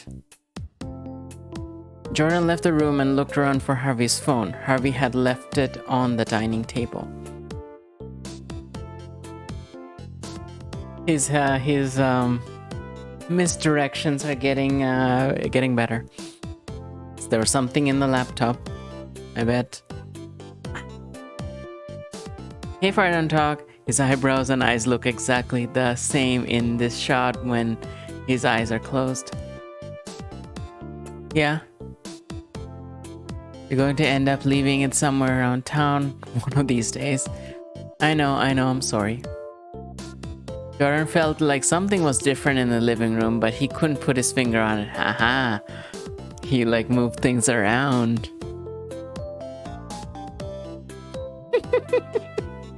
Harvey grabbed his car keys and said a quick goodbye to Jordan as he left.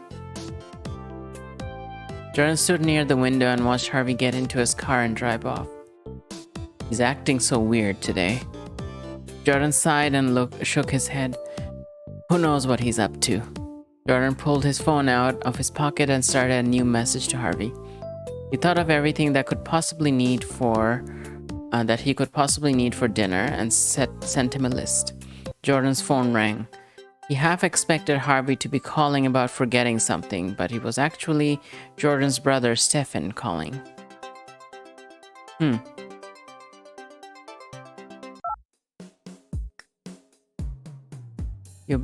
Yubozeo? Jordan and Stefan talked regularly on the phone. They talked about their families, their jobs, and anything else that was happening in their lives. Awesome Amy says, quick note, if you happen to go to the index, I think I know what you're talking about. Either in the menu or clicking the new index entry pop, it'll translate some of the Korean lines that Jordan speaks. Yeah, I remember. Is this the menu? Yeah. I remember seeing that when I was checking the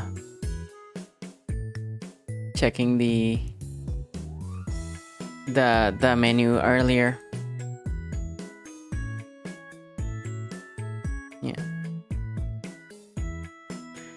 Yuboseo is used for hello when on the phone. In the context that Jordan uses Jaggy in this game is a way to say something like honey, darling, and sweetheart. The term used in both married and unmarried couples. Jinja is the best translated to English word really. It could be used in both a question and a statement. Gomao is an informal way of thanking someone. It's best translated to the English word thanks.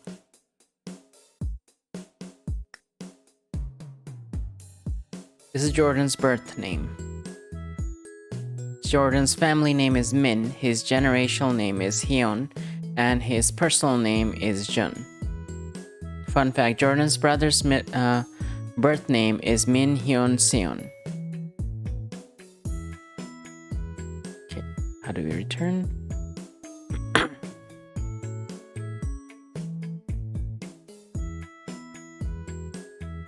They talked about their families, their jobs, and anything else that was happening in their lives.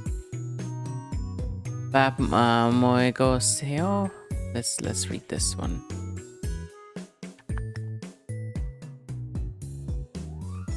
When literally translated, it means have you eaten in English. When asked in Korean culture, it's often used as a form of greeting, like how are you? This is for the concern and care of each other's health, in which a warm greeting is to wish happiness for others. It's a type of greeting that reflects Korean culture and sentiment. This particular version of the phrase is informal.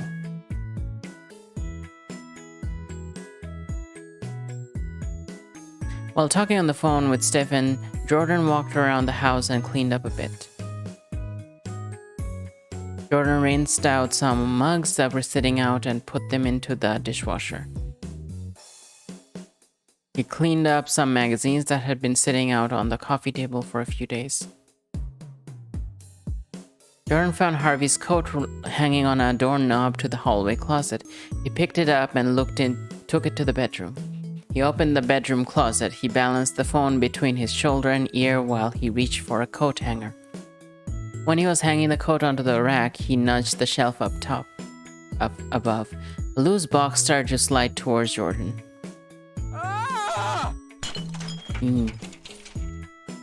He jumped out of the way of the box and there was stuff everywhere. Guanchana. Let's look at this one. In this text. Guanchana is translated to it's okay in English. When used in form of a question, it means are you okay? Nanguanchana is used as a reply to said question and means I'm okay. These are informal. Stefan had overheard the crashing noise from the phone and asked Jordan if he was okay. Nanguanchana na jigyom gayata. I'm trying to pronounce these. I don't think I'm doing a very good job. That last one is na jigyom gayadwa is translated to I have to go now in English. Okay, cool. Jordan told him that he was fine, but he had to go. Jordan kneeled down and started picking up the contents from the box. This was a box full of stuff from when Harvey and Jordan had gone to college. It was filled with knickknacks from their apartments, photos, and a couple books. Oh my god. Oh my god, they look so different. And he was shy in that photo. Jordan was putting things back in the box when he picked up one of the photos. It was taken the day that Harvey and Jordan had met. Oh my god. That's so cute.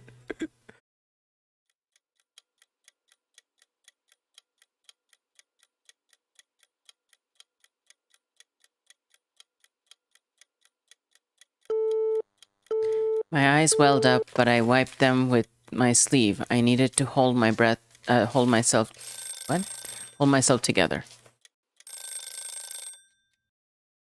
I turned around and grabbed a rack of cupcakes out of the oven. I set them next to the other ones. The following morning, I stood at a table in front of Moirai Community College. The table was filled with all of the baked goods that I had spent the previous night perfecting.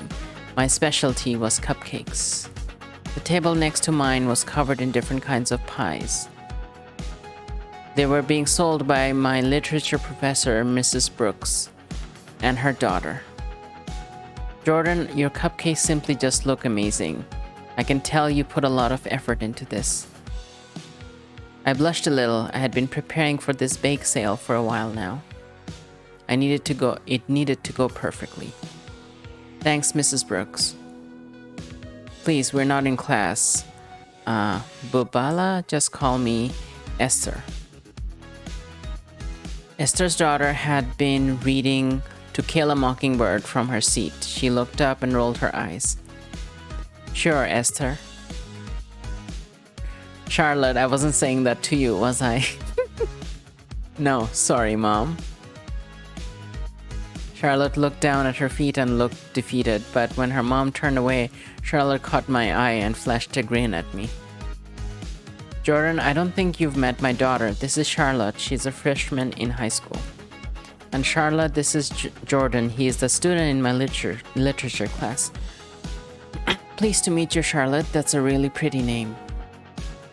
Thanks, I guess. I didn't pick it out or anything.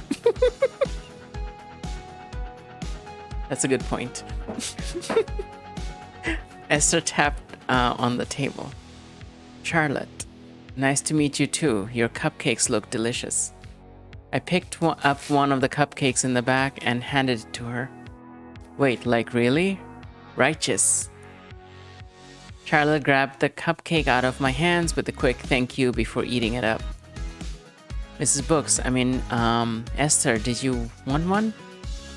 She smiled at me while she turned to her own table. Only if you agreed to a slice of pie. Consider it a trade. Mom's pies are totally primo. Charlotte nibbled on some of the remaining cupcake left on the wrapper.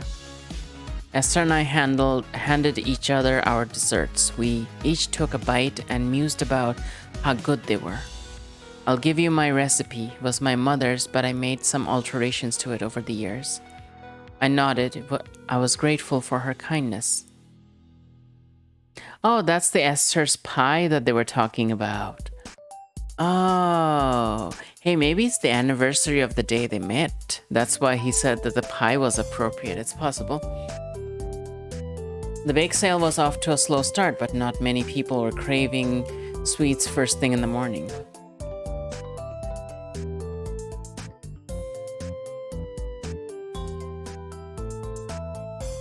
Charlotte had gone back to reading. Esther had a stack of crosswords to work on, and I had completely forgotten to bring anything. I had been too excited for this event that I forgot that it wouldn't be bustling with business from open to close. So I sat. I appreciated the little songs that the birds sang. I appreciated the breeze of the wind. I appreciated the smiles on strangers' faces as they passed by each other. Off in the distance, a car slid around a corner into the parking lot next to us. It interrupted the little things that I was appreciating. We could hear a loud group of guys excitedly shouting to each other in the car. The car crookedly parked to a nearby space and 5 guys piled out of the car. One of them had caught my eye.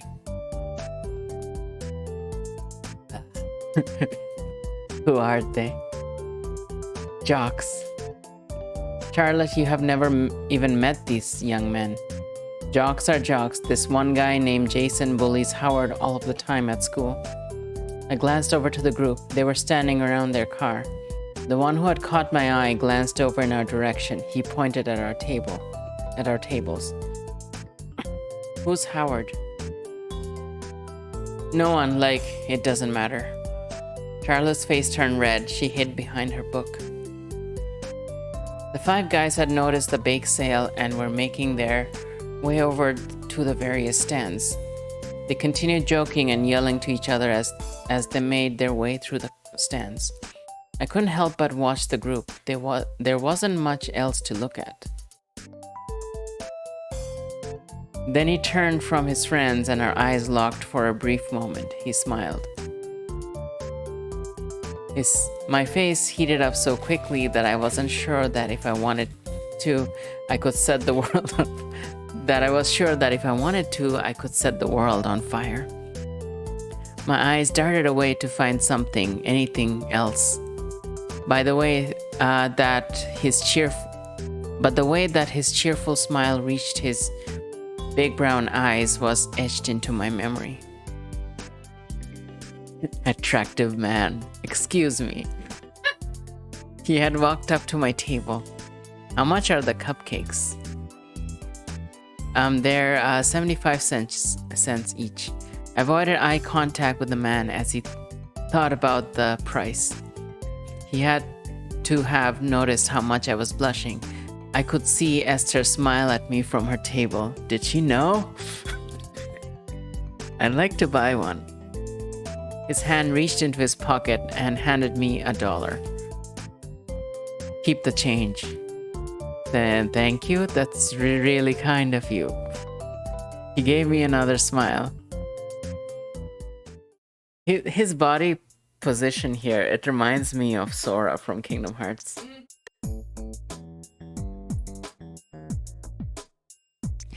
It was interrupted by his friends rushing up to him. Two bumped into his shoulders, one stood a couple feet away, the last one jumped onto his back.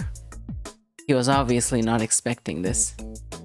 His body lurched forward under the force and he lost his footing. It felt like slow motion as he stumbled towards the table. The man looked surprised and scared. Esther reached out. Charlotte glanced over her book with a look of horror on her face.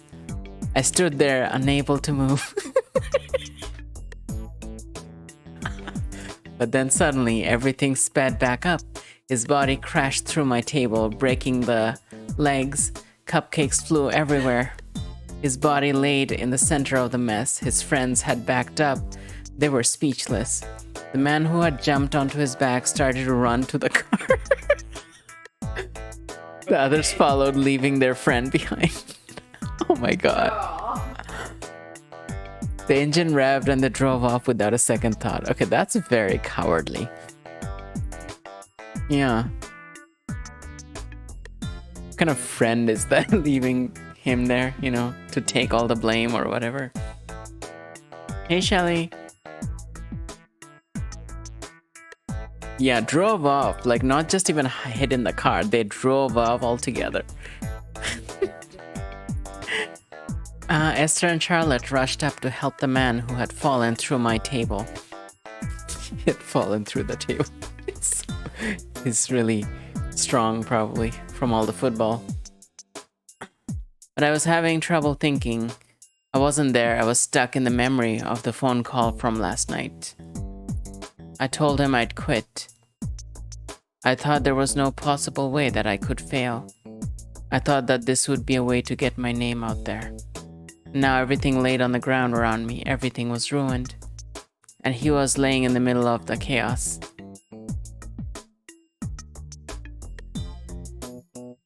Sir, are you okay? Does it hurt anywhere? The man pulled himself up into a sitting position. He was covered in so much frosting. He reached over to rub his shoulders. I'm fine. He glanced around at the cupcakes all over the ground and let out a gasp. No, oh, for the love of, oh no. He rushed to his feet and leaned over to me. I still hadn't moved since he gave me his money for the cupcake that he bought. I'm so sorry, I'm so sorry. He frantically looked around. I can fix this, I will. It's ruined now, don't bother.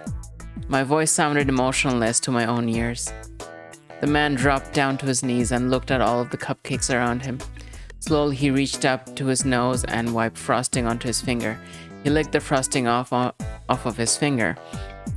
The cupcake that he bought had smushed itself against the concrete. He reached out for it and unpeeled the wrapper. He took a bite from the bottom. I felt like I was suddenly awake. This is delicious. What are you doing? That was on the ground, not the bottom of it. And I paid for this one. I don't want to waste it. He got up to his feet and locked eyes with me. What's your name? It's Jordan. My face started to heat up. I'm gonna just pause for a second. I want to catch up on chat. Shelly said she passed out after food. Okay, well, that's good. I'm glad you had a good meal. The games are fantastic today. I played Crystal Story earlier, and this visual novel is really awesome. We also have the dev of this game in the chat. It's Awesome Amy. I think, yeah,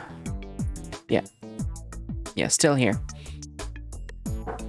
And that's Awesome Amy is the dev of Strawberry Dagger Studio.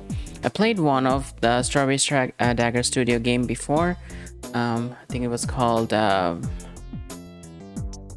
Destiny something fails us. Damn, I just had the title just a while ago. Anyway, oh yeah, thank you for doing the shout out. Yeah, I've been binge watching Cloak and Dagger in the second season already. Yeah, you would be. I told you. Once you start that, there's no stopping. It's one of the best Marvel shows I've ever watched. It's my favorite Marvel show. You probably figured out by now why. Been extremely busy for a long while now. Hey Dronin, how are you doing today? Relatable Jasmine, glad you're all right. I'm trying to rest and relax after all the BS of moving and stuff. I'm glad the move is done. That was a bit of an ordeal. Destiny fails us. Yeah, a new life. That's the one. Thank you.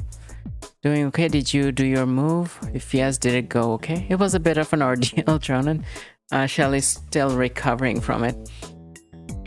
But yeah, I wasn't involved with all of it, but whatever I was involved with was quite a lot. I've met Mayhem in Cloak and Dagger now. Okay, cool. Yeah, that would be like a third of the second season in. It's really good, right? It's like one of... Yeah, I can't speak enough about it. It's just so good. I wanna rewatch the whole thing.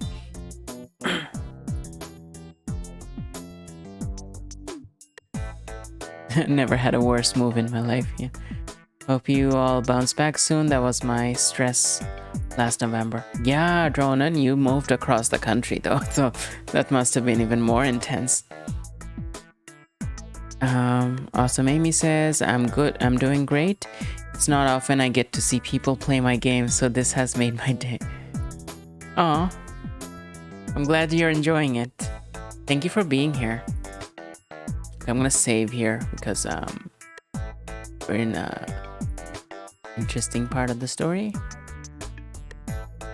So if I would have come up earlier and bought everything, how much would it have cost?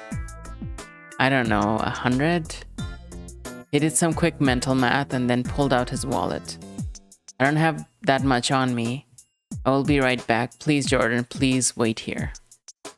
There was something about the way he said my name. There's something about the way that he said please that I felt compelled. I nodded and he ran off down the sidewalk. I hadn't noticed that Charlotte had come up with some bags to help clean up the mess. Esther, Charlotte, and I cleaned up everything. I pulled the broken table out of the way, and soon my spot was completely empty. $100. The man came sprinting back up to the bake sale area. He slowed down and when he got closer to me. Oh, you already finished? I was gonna help clean up. I'm sorry. He held out a hand to me. I stared at it confused. Here it is, $100 plus some extra for a tip. What?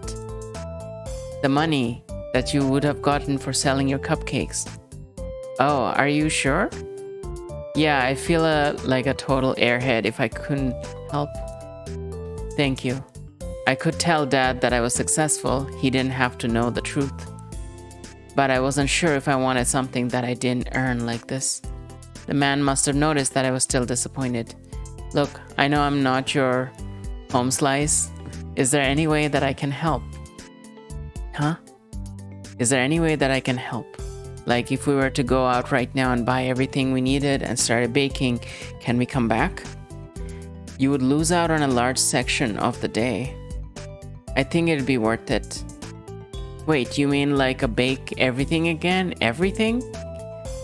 Why not? I don't have the money to get everything. We can use this money. And what if I can't finish baking all of it before it's over? What if I lose? We can't lose. We can't lose because heroes never lose. such a cheesy thing. Okay.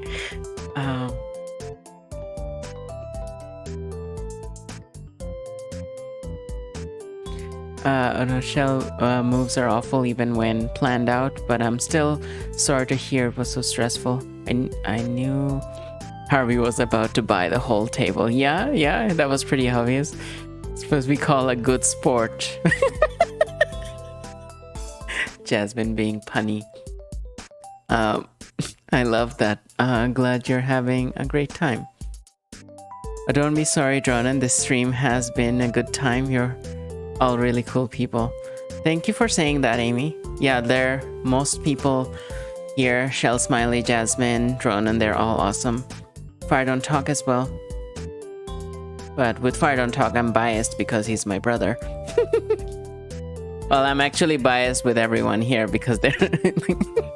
because, I love all of them. Now, we can't lose because heroes never lose.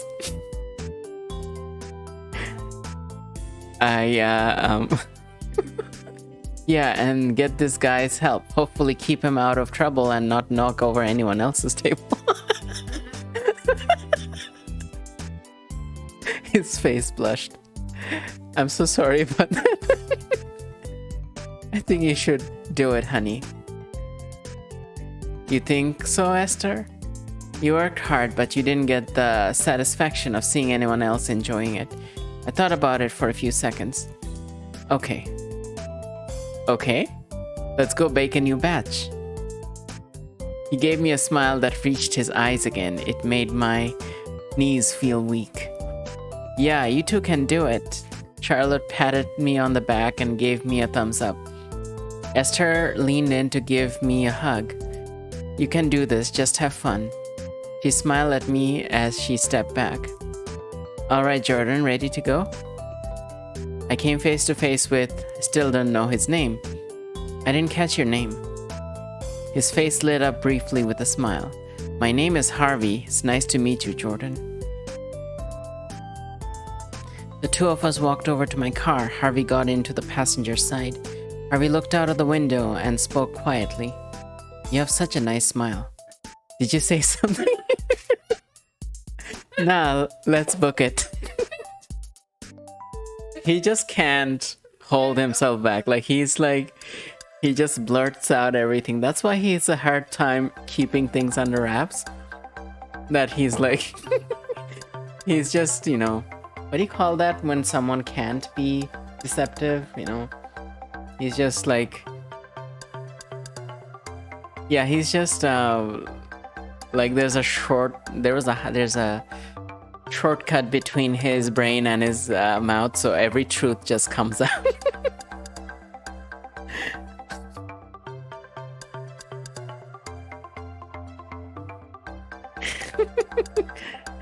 Drone is honest? No, well, honest, yes, but uncontrollably honest, it's honesty that you can't hold back.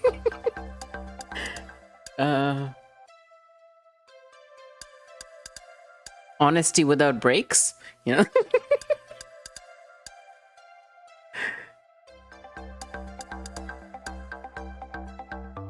think blunt is more like unrefined honesty. This is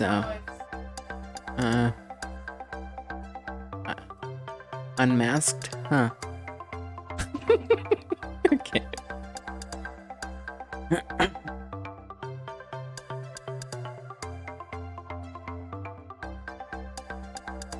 Fire Don't Talk says they're your family, chosen or otherwise. And he's here with the wisdom here. And mine. Hellsmile says, thanks, Jasmine. There was one person who ruined all the plans, therefore it was completely chaotic. Clearly, I cannot rely on that person despite them being in the profession to support people in this way. So I just won't make that mistake of trusting them again. Yeah, that was a harsh turn of events. In the not in the game, but in the story that Shell Smiley saying. There was people who chose to be unreliable in the last minute. Okay. Oh my god, I love the watercolor splash everywhere.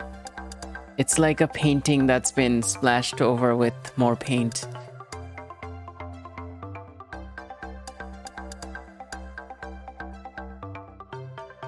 Huh. I mean the paper texture, that's watercolor paper. Oh, love that.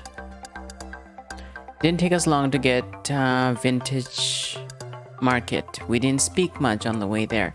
Harvey followed me around the store and helped me search for all of the ingredients needed. Where do you live? I gave Harvey the address to my apartment building. No way. What?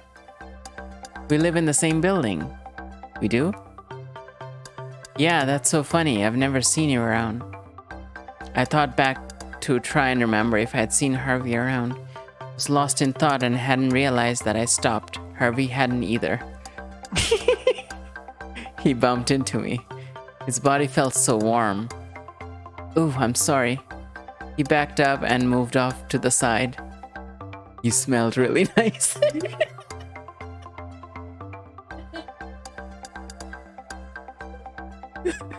Huh? Did you say something? Oh, it was nothing. Just talking to myself. He glanced away quickly. We carried the groceries out of the store and loaded them into the back of my car.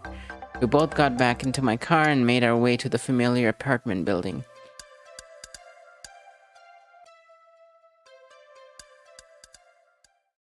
When we got to the building, Harvey balanced the bags into his arms and followed me to my apartment. Sorry about the mess. Good one. Because there is no mess.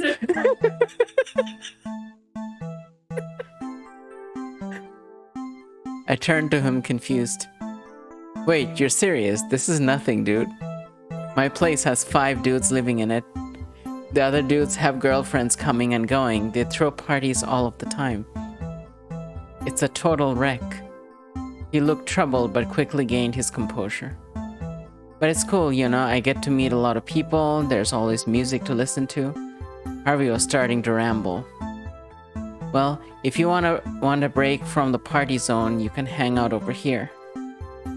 I wasn't sure how I offered that up so easily. I could feel the heat rise to my face. It's okay, I prefer the party zone. Harvey looked like he wanted to take up my offer, but then pushed past me to put the groceries down. We started getting out everything that we needed to bake the cupcakes. Okay. I'm gonna catch up on chat again.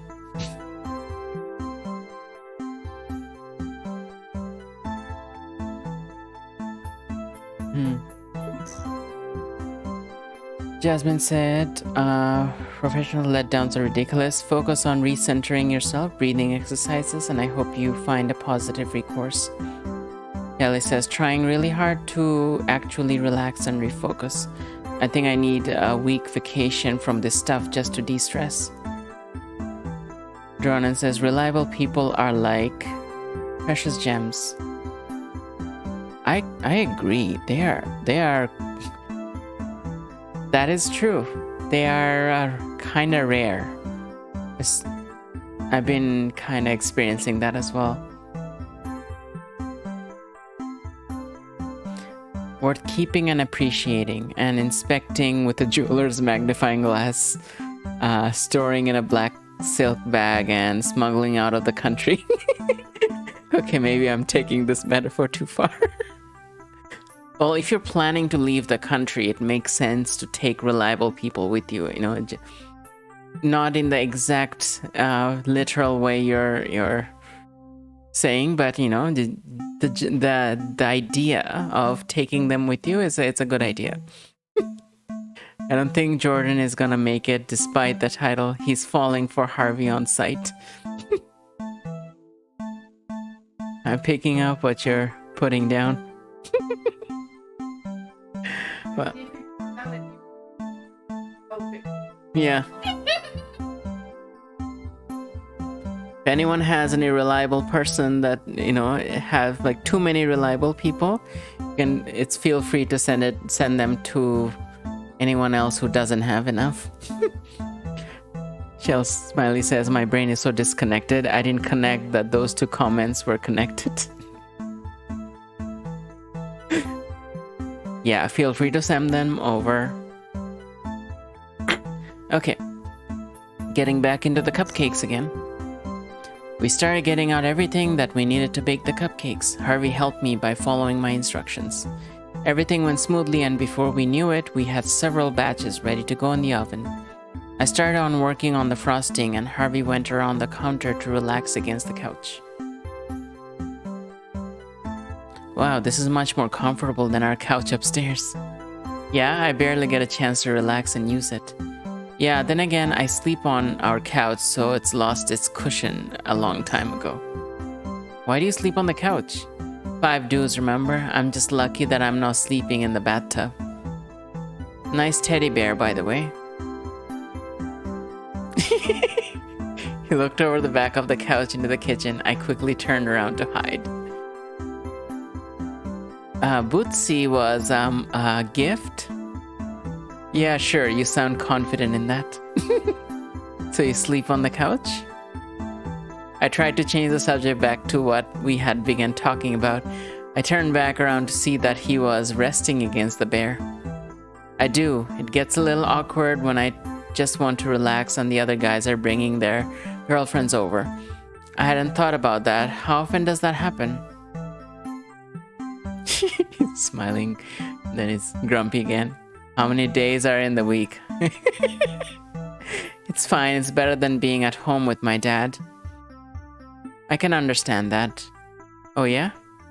Yeah, I'm not completely away from my family yet. My dad is on my case to become a lawyer. Ugh. God. That annoys me. That just instantly annoyed me. A lawyer? Yeah, I mean, look at me. A lawyer? We both chuckled. Harvey kneeled on my couch and leaned against the counter. I don't know, I think you could convince me about a thing or two.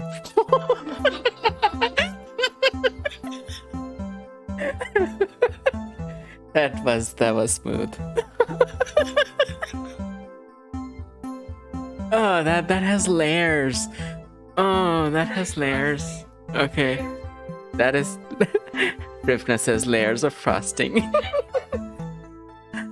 Oh god, that's... Yeah, okay.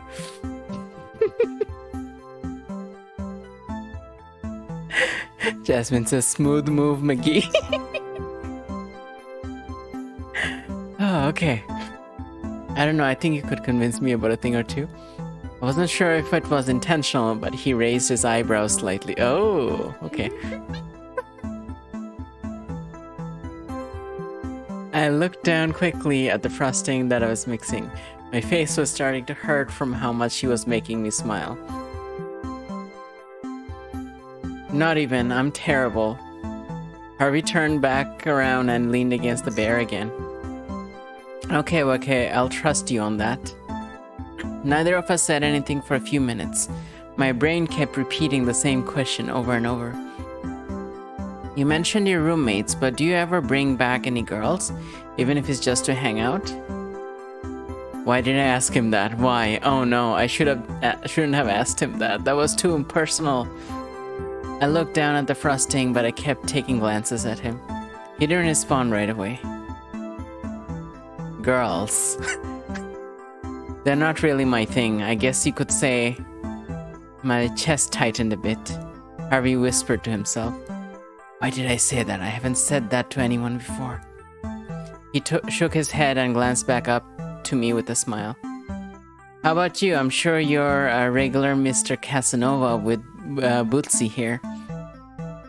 I blushed. I'm not really, He had scooted around to the couch to get a better look at me. I could have started a fire with how warm he made me feel. It's okay, The timer went off and interrupted him. He didn't continue. Harvey came back into the kitchen to help me pull the current batch out of the oven and put the next batch in. I wanted to ask Harvey what he was about to say before the timer went off. No. How's this taste? Before he left the kitchen again, I held out a spoon with some frosting on it. Instead of grabbing the spoon from me, he leaned over and licked it right off the spoon.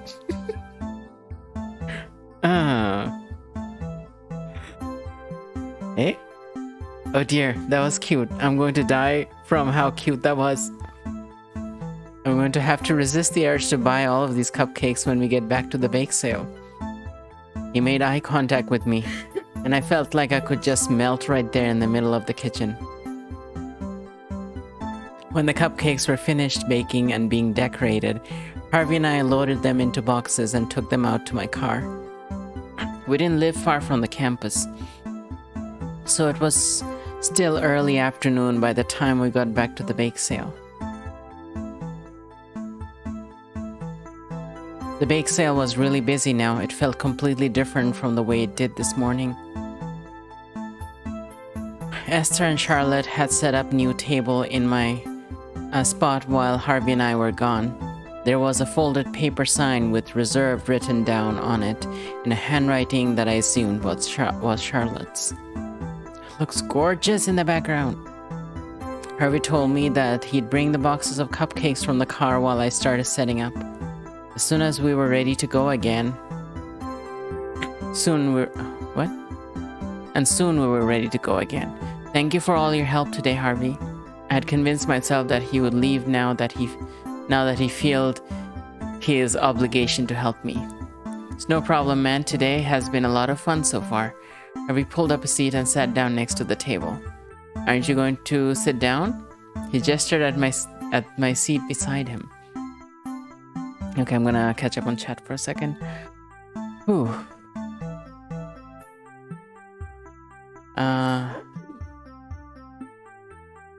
I'm feeling really excited and warm from this. It happens to me every time I read something this good.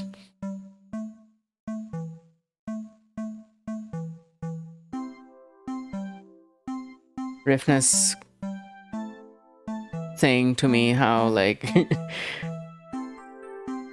Rifna's saying weird things in the background. That's what's going on.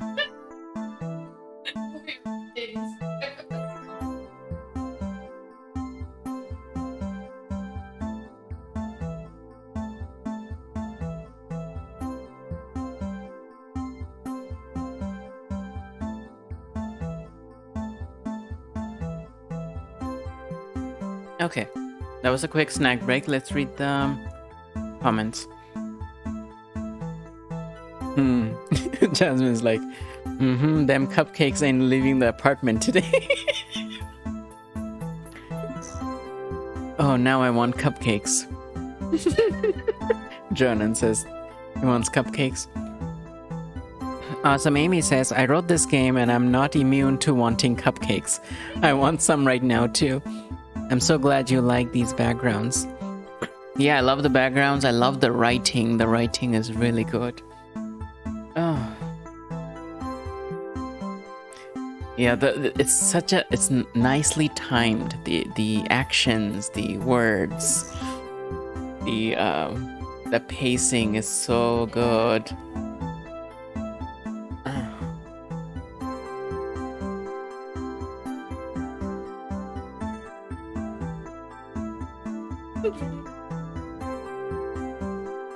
Jasmine says, Harvey ain't going nowhere. His calendar just got cleared since his ride drove away hours ago. And he literally fell in. And he literally fell into a good thing. He fell into.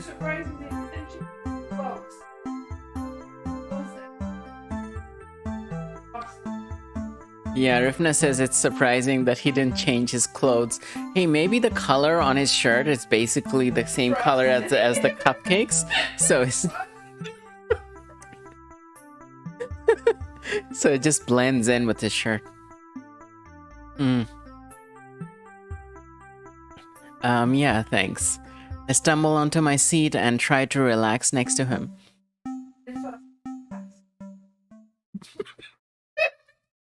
We sat there for a while, but not many people were coming by the table. I was starting to feel anxious. I think Harvey noticed my fingers tapping on the table. Harvey got up, walked to the other side of the table, and pulled some money out of his pocket. He handed it to me and grabbed a cupcake. He could have just have one. Damn, did you make these? What? You were right here with me. He turned to some kids leaving the library nearby. Hey, have you tried these things? They said no and started to walking over. Like, you really should try these. Otherwise, I'm going to buy them all up. Harvey, that goes for everyone. Buy these before I eat them all up. If I eat them all, then I'll totally get fat and the coach will have to bench this star running back. Harry, help me before I hire this man as my personal chef. Okay, this is fantastic. And eat cupcakes all day long.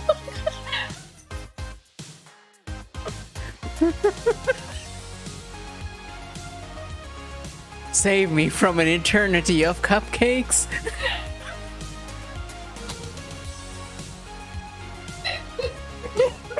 Save the school's football team. He looks so, he looks genuinely annoyed. Oh my god, that's awesome. There's no way I'm going to stop eating these if people don't buy them up. Harvey's yelling and gotten a lot of people's attention. Everyone is paying attention to him. And for the last few minutes, he hadn't even taken his eyes off of me. He was doing all he could to help me sell these cupcakes. The crowd started to form around my table. Harvey winked at me. People are lining up to hand me money and take a cupcake. Harvey's shouting had brought in all sorts of customers for the other tables as well. And soon we were sold out. Thanks to Harvey, I had earned my goal.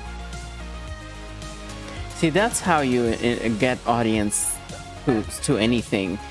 That's how you get clients and customers. You someone pretends to be a customer and just yells and advertises your thing very loudly, and then everyone shows up emotionally.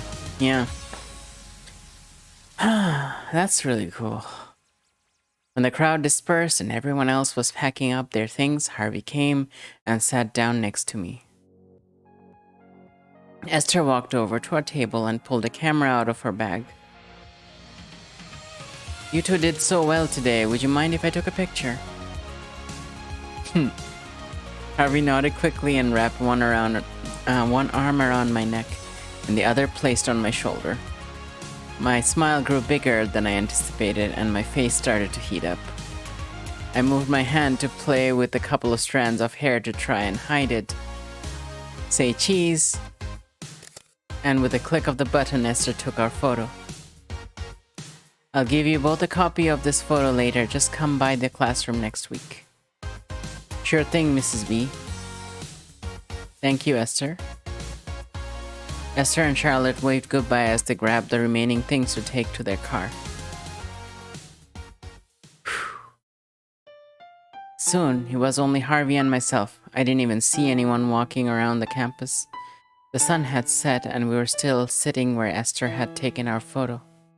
and Harvey's arm was still hanging around my neck. I felt stiff. I didn't want this moment to end, and I was afraid any sudden movements would cause him to leave. I glanced at him out of the corner of my eye. He was watching the sky. There was silence between us. He sighed. Jordan, today was the most fun I've had in a long time. Thank you. After all of his help, he was still thanking me. I didn't do anything. He let out a small laugh. You don't give yourself enough credit. He spoke quietly into the night air. I like you. My chest tightened, and I'm hoping that you like me too. My face felt hot. I tried to search for something that I could say to him, but my voice got caught in my throat. So I just nodded, but kept my head down. He smiled at the stars in the sky. My hands started to shake in my lap. I simply could not have predicted that this is how today would go. Harvey reached over with his free hand and placed it gently on mine. His hand was so warm. I want to stay here with you. I don't want this moment to end. Harvey took his eyes off the stars in the sky and turned his head to me. I'm going to do my best to make it last. My hand stopped shaking. My eyes locked into his. Harvey? Yeah? I have a question. I have one too. Ask yours first. Can I see you again after tonight? Harvey blushed. How was it possible for someone to be this cute? I'd love that. What was your question? Can I kiss you? Oh my god. Oh my god. I felt my heart would stop. I nodded again. He closed his eyes and leaned closer, his forehead pressed against mine.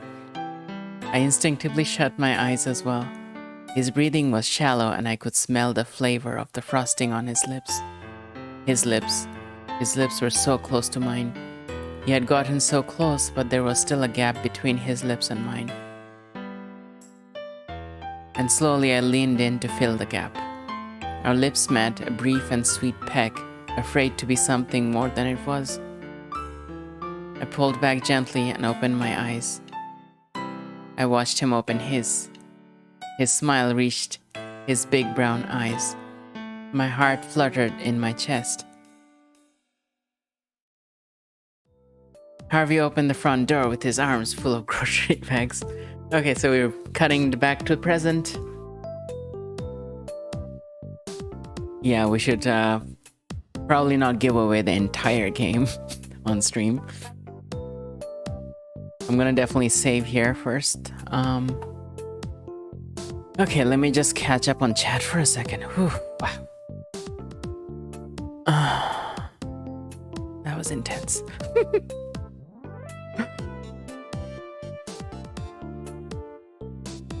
Are there multiple endings, is what Dronan is asking. I don't know. So far it seems pretty linear. There was one choice in, like, just before he went to the grocery. But yeah, I mean, there wouldn't be any choices in the memory, I guess, but yeah. I'm not sure if there's multiple endings. I guess you'll have to play it and find out. Jasmine says, I'm going to be lurking, fireworks are starting up, and one of dogs gets very anxious. Oh, okay, yeah, you keep the dog safe. Give the dog cuddles. Always here for a good story. Awesome. Amy, thank you for creating and sharing. Yes, thank you so much. There's one main ending, but you can change a detail about it in the final choice. Oh, okay, that's good to know. Also, the artwork of the characters is amazing. Yeah, I agree. Thanks for enjoying it. Whew, okay, well, I'm gonna stop this game here. We have still one more game to go through. But this game has been super, super awesome. Appreciation to Awesome Amy for making it. I'm gonna give another shout out. Here we go.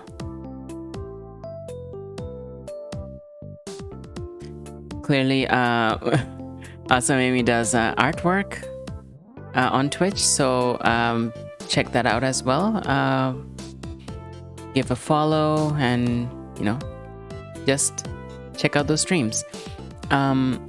Also, I'm gonna paste the link to this game because sounds like a bunch of you are interested in it. So here's the link to their profile, so you can go check out the other games there as well. So this was Make It Last. Thank you so much for playing this. It has absolutely made my day. You're welcome. I'm glad you enjoyed it. I'm mostly doing these streams to show appreciation to all the devs who contributed to the Bundle for Racial Justice and Equality in 2020. You all gave your game for free to that cause, so you deserve at least one stream per game. So that's what these are. Yeah, Shell Smiley already has the bundle, so she has access to the game. I'm gonna actually, let's get out of here. I'm gonna take a look at the site again.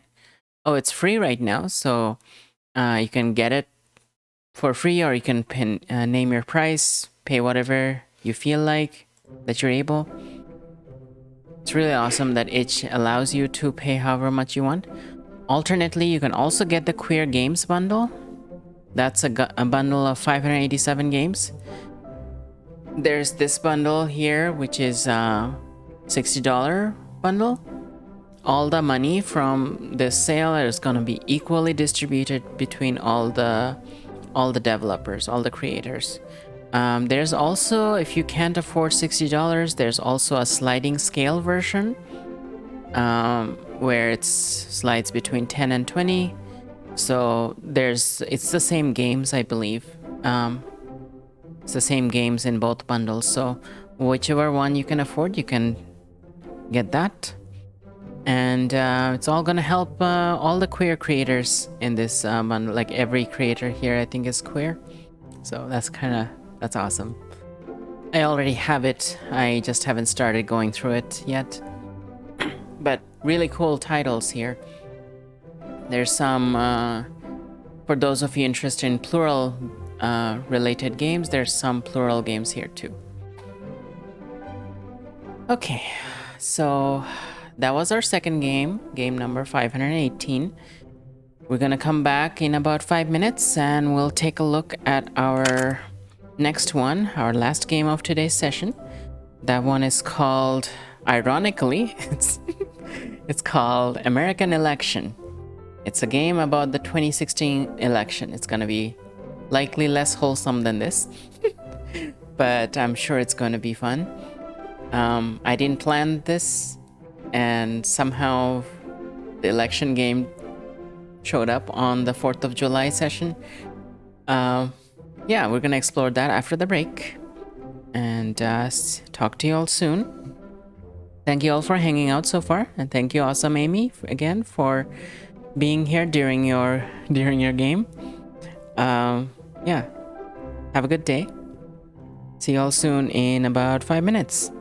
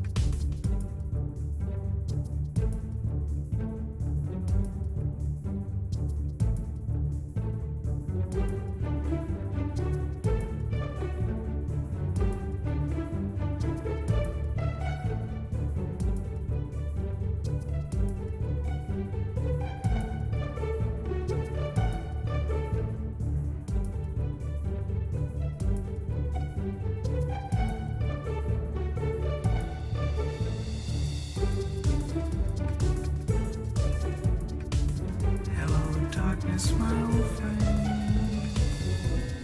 I've come to talk with you again.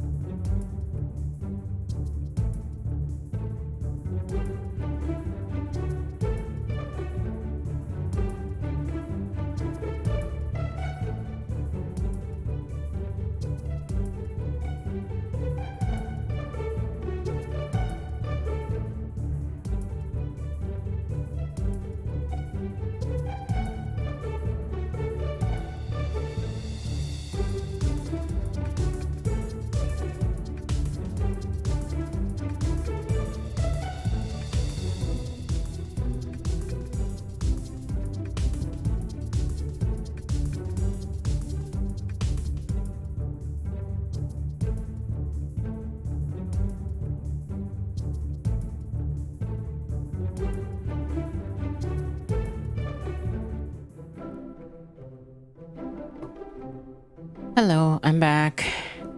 I know the Shell Smiley was playing some sound alerts, and thank you for the hydrate. I needed it, especially after reading so much.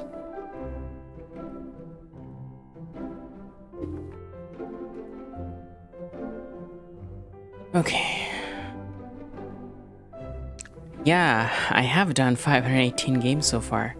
It's quite a bit, right? Well, still not halfway there, but I'm gonna get there.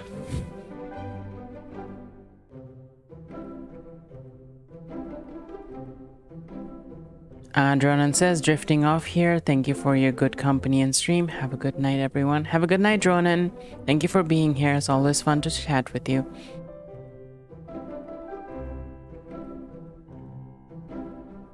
Okay, so our next game is American Election. Yeah, can we just stop for a minute and just think about how many games that actually is? 518 games is no joke. Yeah, I mean, I've done 173 sessions. That's 3 games a session. Yeah, that's quite a lot of games. I can't say I remember every single one of them, but when I see it again, I tend to bits and pieces come back to me. So yeah, they're really, most of these games that I've tried so far have been pretty interesting. Even the games that look like every other game has some unique twist to it.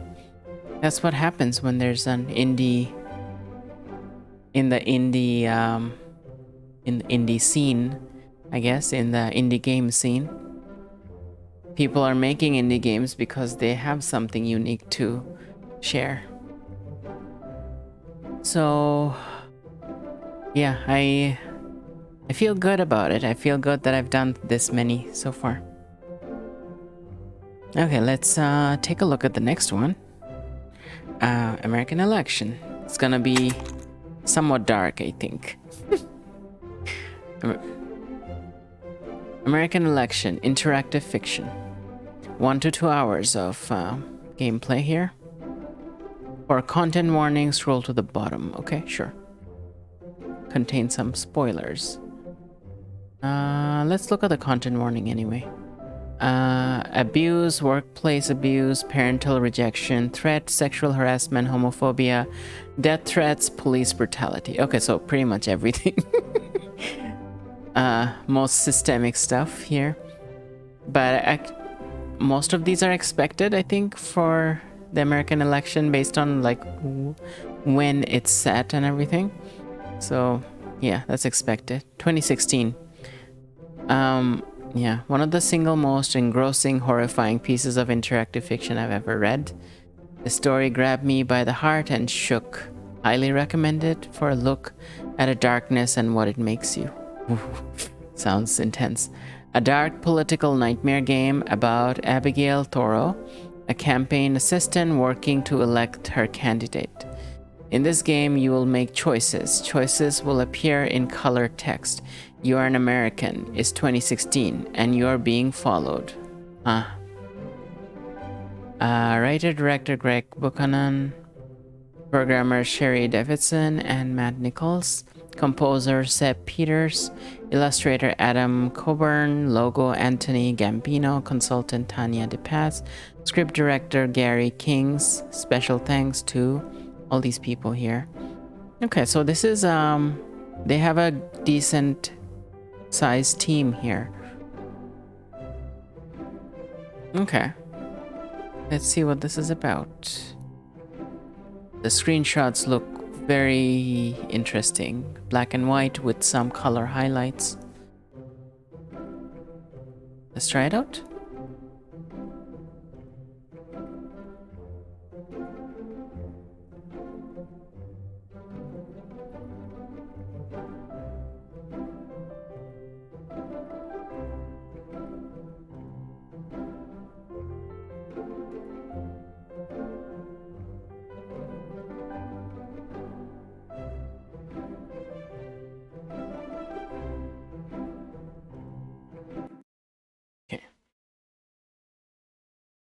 I think there's a full screen mode here somewhere. Ah, there it is. Ah, there we go. 2016. Your name is Abigail. Your father gave it to you. What's this? Music, text speed, text shaking. Okay. Father gave... Oh, this is a choice? Okay, your father gave it to you. Your father gave it to you. At least he said he did. That he had argued with your mother over who you would be late into the night. You'd take after them in that way. Your arguments would always be in the evening, you and your girlfriend.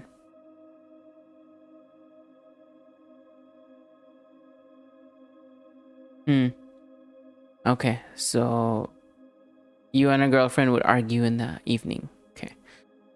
About important things, about stupid things. You couldn't get to sleep until you felt okay.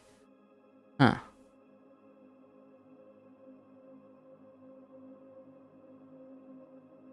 Maybe that last one. Couldn't get to sleep until you felt okay.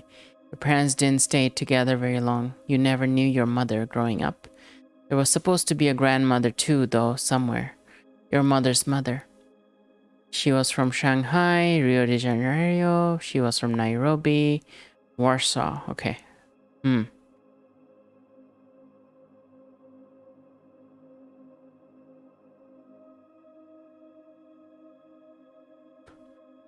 Huh.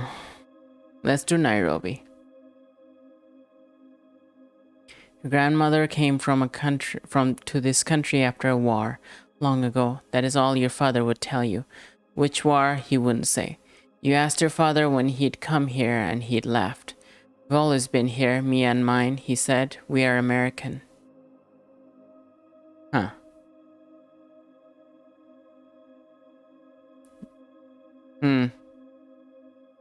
Always is a bit of a stretch here. Okay. You're Abigail Toro. It's 2016. And you are being followed. A siren wails as you turn off the engine. Red and blue lights dance through the darkness. The cop drives around you, stopping his car right in front of yours as you message your boss to tell him you're going to be late, to tell him where you are. A sun-damaged body lurches in the night, its hand resting along the grip of a gun.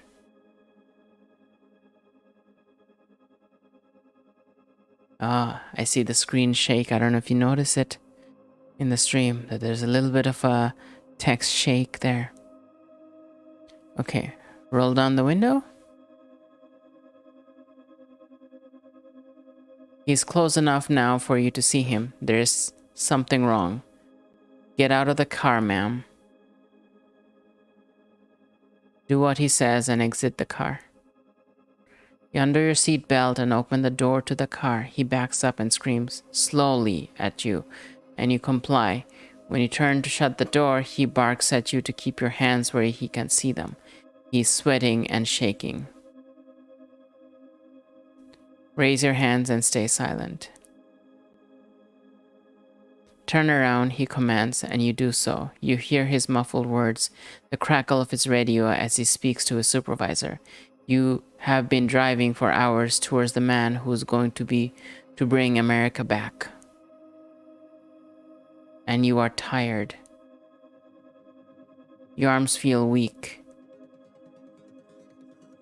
Keep holding them up.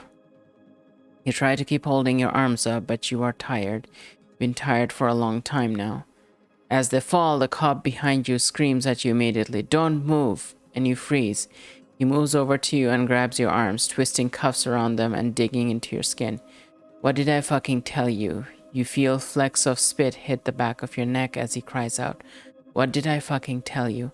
And he pulls you towards his car. You both hear another.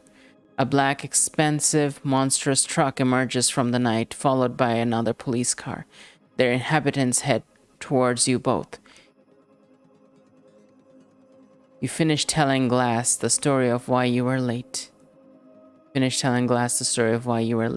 Of a mistaken registration plate on a lonely road, of the choices you made when you had no choice at all.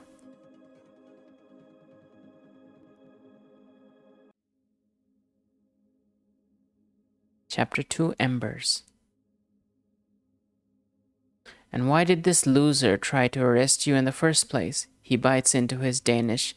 Everyone is nervous. Truman Glass has to go on stage imminently, but he doesn't seem to care.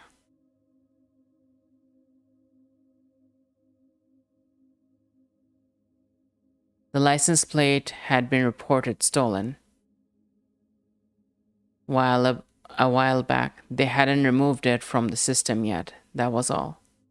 Glass laughs, shaking his head, and leans a small hand onto your right shoulder.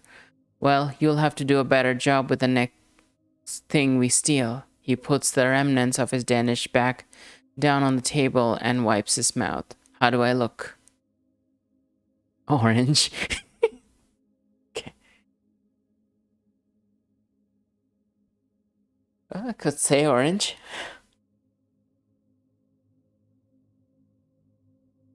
Let's say he looks orange. There's a grimace in his smile, but he still smiles. "Be careful," he says, shaking his finger. "A less mature man might take offense." Numerous campaign staffers nervously swarm about him, trying to usher him towards the stage. He swats one away with a brief look and sighs. "These guys, they're always rushing me places." "That's what you pay them for." "No, that's what the bozos of the GOP pay them for." He rubs the corner of one of his eyes. "Does anyone have an aspirin?" Aspirin is given. His wish is their command. "It's time to go on stage, sir." He moves to go, but frustrates a dozen staffers by turning around again a few steps later. He is tired. "What was it he said to me that first time we met?" "I think you're wanted on stage." He shakes his head. "This is important. What did you tell me? You said something. It was something important." "I said you were wrong about people." "No, not that." His eyes twitch. I mean about precedence, about the point of it all."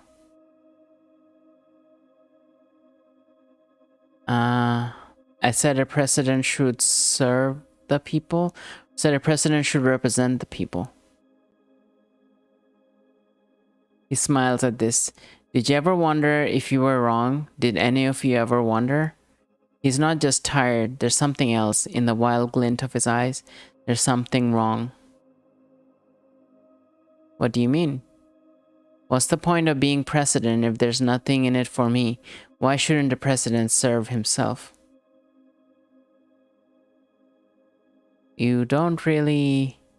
He laughs at you with you. It's hard to say. He grins all the time and trots along to the stage, to his people, to his life's work. You wait in the wings and watch him approach the podium, the music settling, the cheers gradually subsiding as he waves and smiles and pauses.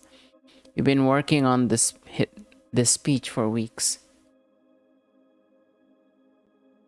You hope the people enjoy it.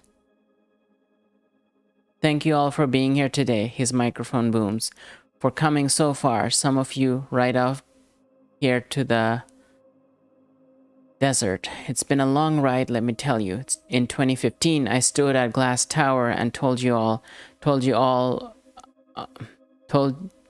all of you fine people, I told the world I was going to be president one day. I told the world we were going to bring America back. That for the first time in a hell of a long time, we were going to put America first. And I said something that a lot of the politicians, a lot of the sweating dogs in the media didn't understand. They just didn't. How there could be such a simple solution to the whole mess. That we could just put ordinary, hardworking, decent Americans first. And what did I promise? What did I tell the world I'd do? Truman's autocue saying said I'd cut taxes. I said I'd invest in communities just like this one.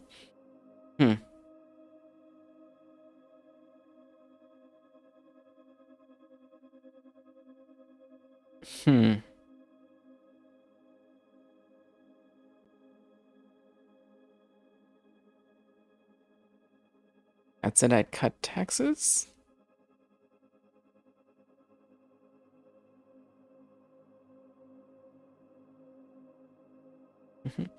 That I'd invest in communities just like this one. Let's do cut taxes. I'd say I'd take back our borders. That's what he did. At this, the first mention of border restrictions for a month, the crowd goes wild. Their frenzied chant, their cacophony of wild-based hymns and prayers mount to obliterate whatever Glass tries to say next. He smiles, he grins, and he raises his right slight hand to calm his supportive orchestra. He speaks, his worn face pivoting a little, the humor evaporating away. And well, here we are. We stand at the edge of America. What is out there beyond the light of our states?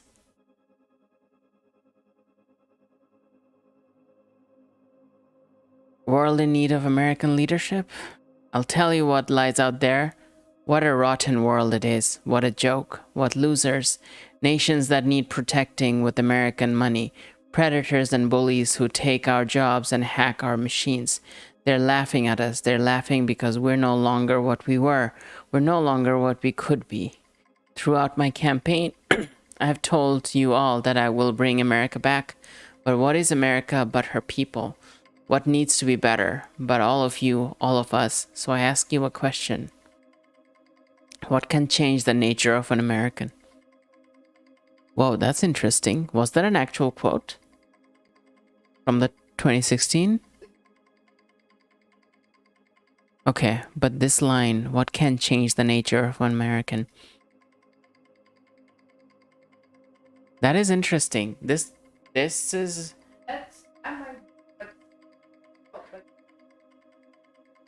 Yeah, so he's not reading from the script that she wrote for him. But it's interesting. This line, what can change the nature of an American? It's I think it's a reference to if it's not part of the actual speech, I mean, this reminds me of that line from Planescape Torment, what can change the nature of a man? What can change the nature of an American? Is it love of country? Is it greed and hatred of our enemies? Is it our success even? The answer is simple. This whole year, it's taught me a lesson. I've taught America a lesson.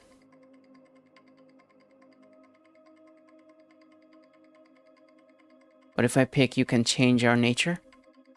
You can change our nature by getting out there and telling my opponent, who should be in jail, by the way, telling those Wall Street slobs that they don't own this country of ours, that we're going to put America first for a change. We need to stand up for ourselves. His face darkens. America has been shortchanged. A nation is just its people. And now America is full of everyone else's people. It's all been mixed up, messed up, and we've got to sort this out, folks. We need to get people thinking of ideas. A nation is a family, and our family is under attack. Shout comes, piercing through the crowd. You don't know what it says. It's more like a cry than words, like an animal. It's almost a scream. Okay. Check the cameras to see who it is. Race over to the camera controls, and the staffers already have eyes on the protester. Shaggy brown hair, Christ-like beard, both full of grease, both strewn with the fat of human kindness. Something about the protester disgusts you immediately, even beyond his interruption. You hear Glass's voice boom down from the podium. Get that clown out of here. Get him a job. As the crowd begins to shout, begins to agitate, something happens. The protester is doing something, reaching for something. He raises an American flag. He pulls out a lighter. Oh, wow. He ignites the flame. Every television camera on in the world, every website links to this fire. The red, white, and blue burns in the crowd. They swarm towards the man in fury. Some try to stop what is happening. The fire does not stop. It cannot be stopped. It spreads, catching on to the clothes of those closest to the man, to the flag. The crowd only screams. They only boom their words, their grand chorus of the Republic. Two eternal words reverberate upon the borders of America. Get out. Chapter 3, Get Out.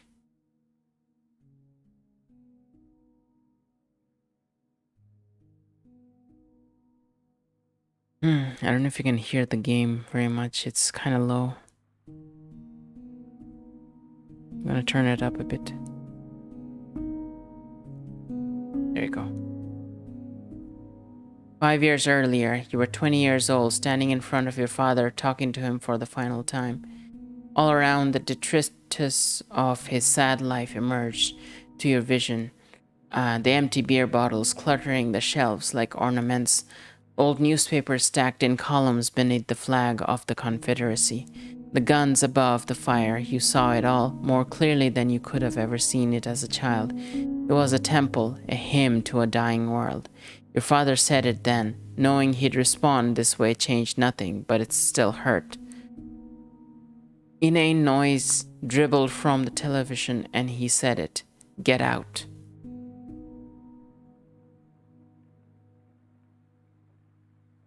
Stand your ground? You stand your ground. What the fuck do you think I just said? He's shaking. You told me to get out. So you're not deaf? He smiles a disgusted smile, a pained smile. He quivers, his whole frame stumbling with every word. Your shame visible in every breath, in every tear. Go. Your old possessions are already packed up in the trunk of the car or discarded into the trash of his place. You have a scholarship and a girlfriend who loves you. You need nothing. You should never have come back here. And so you say your final words.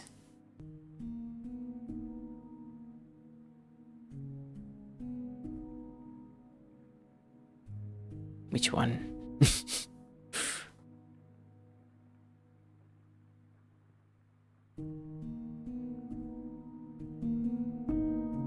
I'm gonna go with the first one. I don't know. I'm gonna go with the second one. I hope you rot. You won't see me again. You leave his house, his ugly, decrepit shack, 15 minutes driving through the forest paths, half an hour along the hills and highway until you reach town. You'll go back to college tomorrow. You'll go back and try and forget what has happened. Try to forget your father and life will be great again. You flick through the channels in your hotel room, barely able to concentrate. It's the 2011 White House press correspondence dinner, and Obama stands at the podium. The President of the United States of America speaks. Now I know that he's taken some flack lately, but no one is happier, no one is prouder to put his birth certificate matter to rest than Truman Glass. And that's because he can finally get back to focusing on the issues that matter, like, did we fake the moon landing? What really happened in Roswell? And where are Biggie and Tupac? You sit up. But all kidding aside, obviously, we all know about your credentials and breadth of experience. For example, No, seriously, just recently the men's cooking team did not impress the judges from Omaha Steaks, and there was a lot to blame to go around. But you, Mr. Glass, recognized the real problem was a lack of leadership, and so ultimately you didn't become Lil Jon or Meatloaf. You fired Buzzy, and those are the kind of decisions that keep me up at night. Well handled, sir, well handled. You watch as a comedian takes the mic as he jokes. Glass had been saying he will run for president as a Republican, which is surprising since I just assumed he was running as a joke. You watch as the crowd laughs. Truman owns the Mistress America pageant, which is great for Republicans because it will streamline their search for vice president. You watch as Truman Glass is humiliated. Glass said recently he's got a great relationship with the blacks. Unless the blacks are a family of white people, I bet he's mistaken. You watch as the world changes. The world manifests as it always was deep in its heart of hearts.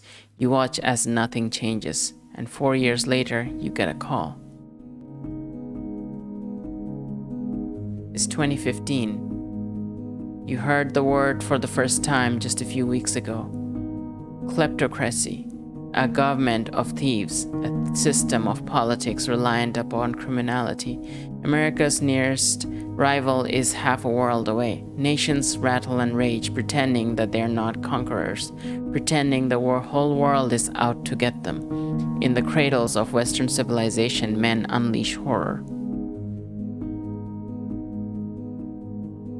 You head west. As your flight sputters across the continent, you dream of the Republic, of manifest destiny. At the airport, a campaign staffer is waiting for you. Abigail Thoreau scrawled in red all over his sign. Hi, I'm Gary. You go with him to the car. Ready to bring America back, Abby? He smiles, holding the door open for you. Something like that? He opens the door to the car, and after he sits down, he looks at you in the rearview mirror. You shouldn't frown so much.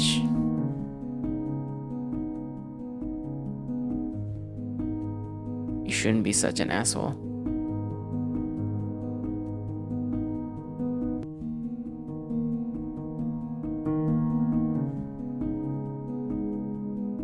He doesn't quite know what to say, how seriously to take what you've said. You're just messing with me, aren't you? Say nothing. Uncertain, he scowls after a moment and focuses upon the road ahead. He drives on without a word for a while. What is it that led you to apply for this job anyway? Gary pauses. I bet your boyfriend wasn't keen for you to come all the way out here.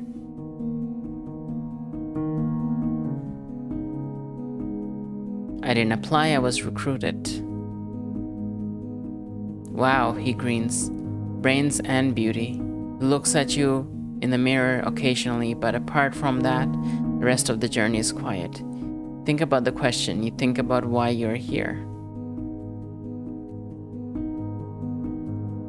You wonder how many people you've known throughout your life would be surprised that you support a man like Truman Glass, that you could.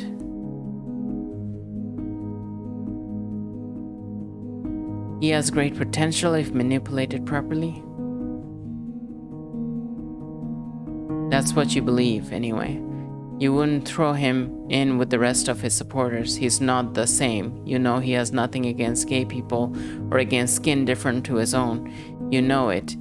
He recruited you after all. Your gender, your sexuality, your heritage, they're irrelevant to the business of governments, of this creaky machinery of state. This job is the opportunity of a lifetime, both for you and for the country. You can stop this. You can scale it all back. People should be free to lead their own lives without interference, and you're part of it. If you're at his side, you can be a positive influence. You suppose some people you've known, some people you've loved might hate you for taking this position, but the woman opposing Glass isn't much better. You're supposed to support someone like that?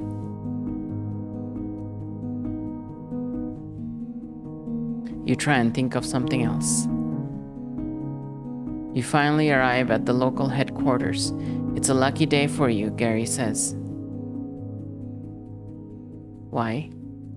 He smiles. I'm taking you out to dinner, he says, and then laughs to himself. Just kidding, just kidding. There is a brief silence as he awkwardly stares at you. The big man himself is arriving later today. Truman's got a meeting here and another rally tomorrow.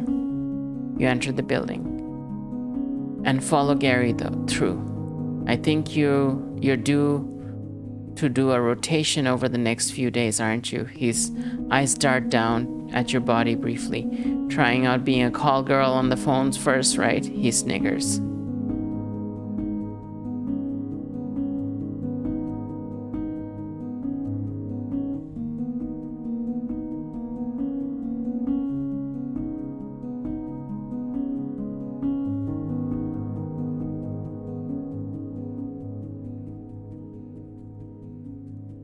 Please shut up, Gary. His face ignites in anger. What did I do? I've been nothing but friendly and kind to you. You just called me a call girl. I was joking, he sneers. No need to be such a bitch about it. With you there is. You leave him there in the hallway. You walk off to the call room and then he is out of sight and memory. You head over to the supervisor's desk. A few minutes later and you're installed at your first station, the computer glaring a few phone numbers at you. You see the phone on the cubicle's wall. There aren't even headsets here. The campaign needs money. Glass's personal funds, whatever little he started with, none of it is enough. Call your first number. You call your first number and another and another. As you wait, you look out at the hustle and bustle of the room. Everyone seems cheerful, passionate, committed. Things seem to be going well. The people you speak to have been selected from online databases, you're told. Everything about them, what sites they visit, what information they've shared, what things they've bought, fed into a system that shows you who can be targeted and persuaded. It is a system that works.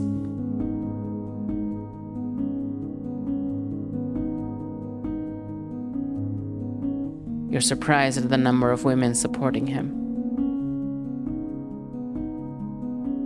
The day continues on in much the same way.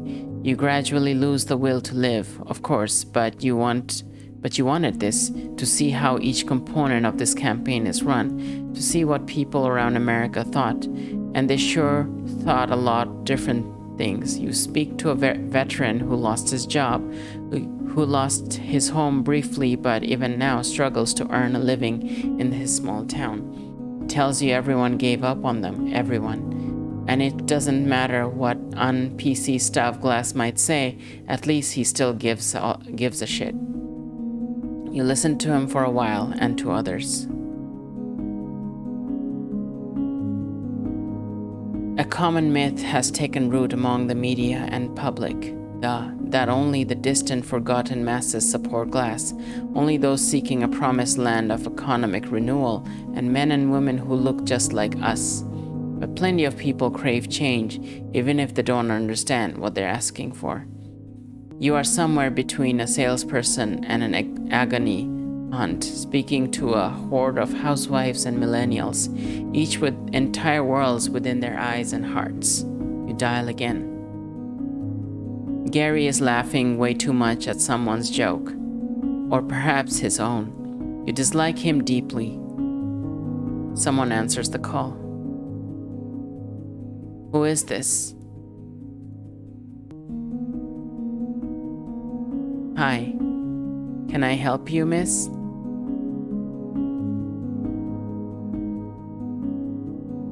I'd like to talk to you about America. America, I've heard of that, he says. You imagine him smiling to himself. I'm phoning you from Truman Glass's campaign. And? Have you decided who you're supporting in 2016? Not yet. Would you like me to tell you more about Glass? No need, miss. I won't be voting for him. I thought you were undecided. I haven't decided yet if I'm voting at all, but I know I'm not voting for Truman Glass. Why? It's my friends, he says, even more gruffly than before. The people here he wants gone or hurt or worse, many of those people are my friends, miss. Now, I don't much like who he's up against either, but I've got too many people I'd never be able to look in the eye again, knowing I'd voted for Glass. Thank the man and move on. Thank the man are about to try and end the call when he speaks again, his voice grown strange and tired. You ever think about your friends? He asks. What do you mean? Your friends who might be affected by all this. If you get what you want, he pauses. If you don't have any, perhaps consider why that might be. You thank him again and end the call.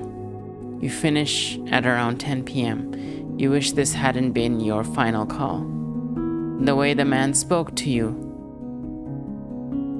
the tenor of his voice, it upset you, even if he was polite for the most part. It would have been better if he had lost his shit.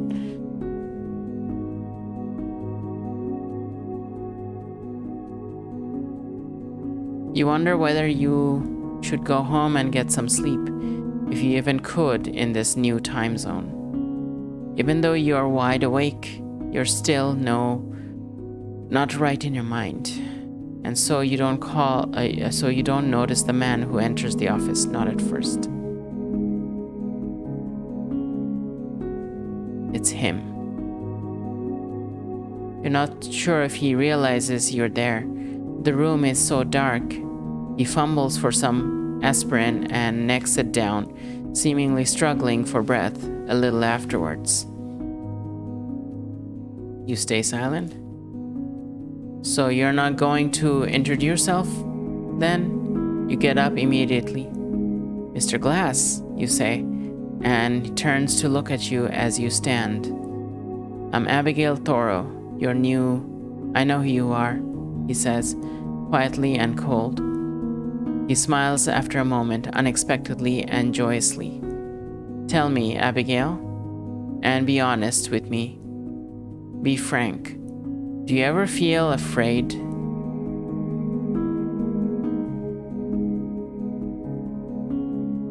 Of what? Of people. Who else? Everyone. Everyone is a threat. Don't tell me you don't feel it too. You stay silent.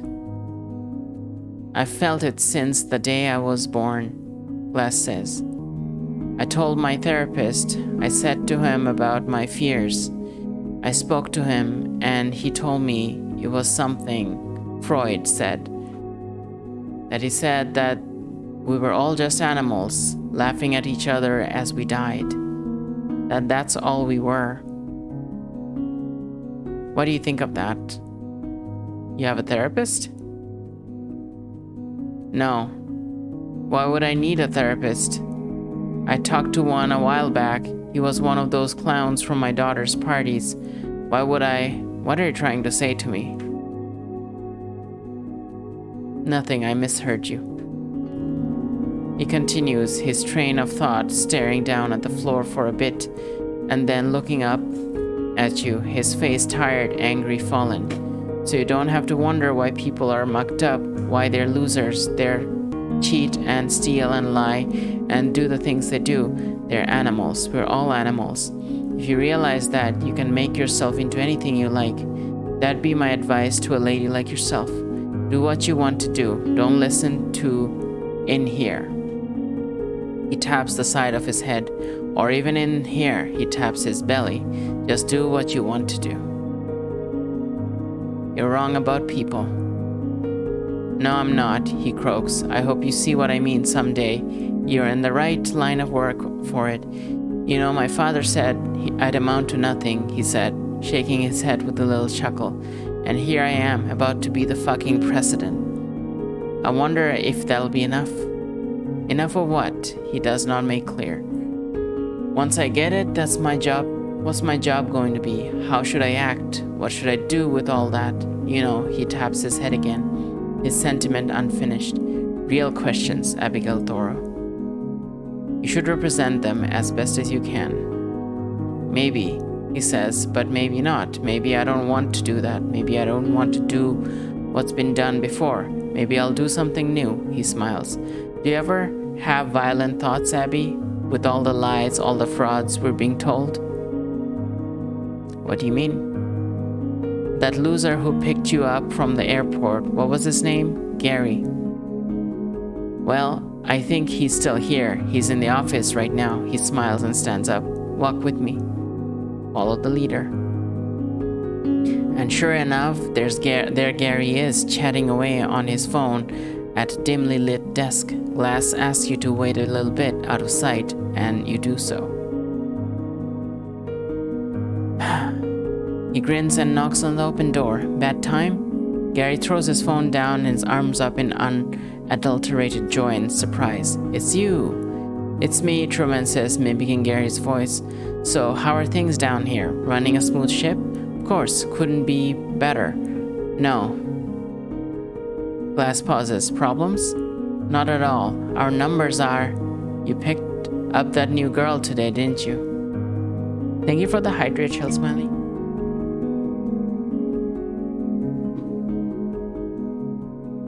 Gary blinks.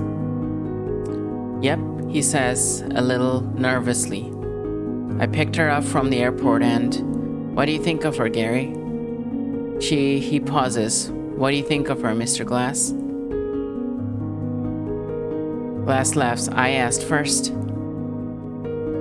Gary winces. I think she's okay. She was a little inappropriate, but how so? She went absolutely hysterical at me, Mr. Glass, claiming I called her a call girl when she was on the phone and saying I'd been nosing around about boyfriends as if I'd care. You felt pretty strongly about it, didn't you, son? I did, Gary nods. Strong enough to write an email to your superior and disturb my goddamn day. Glass pauses. Abigail, come over here. Do as he says. This clown... This loser, he wanted you fired, Glass smiles. Maybe if you bumped uglies with him or kissed his ass 100 times, he wouldn't have done it. Sir, Gary exclaims in panic. Mr. Glass, You're fired, Gary. Sir, please, this job is all I have. I didn't mean to. Get out, Glass says.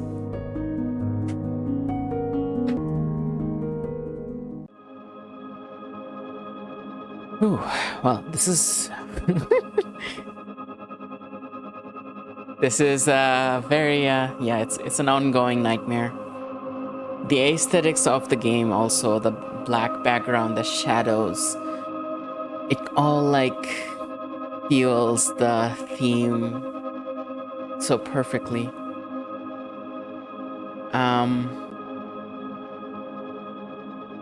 I think I should stop here. It's almost 10. So I think I'd like to stop here.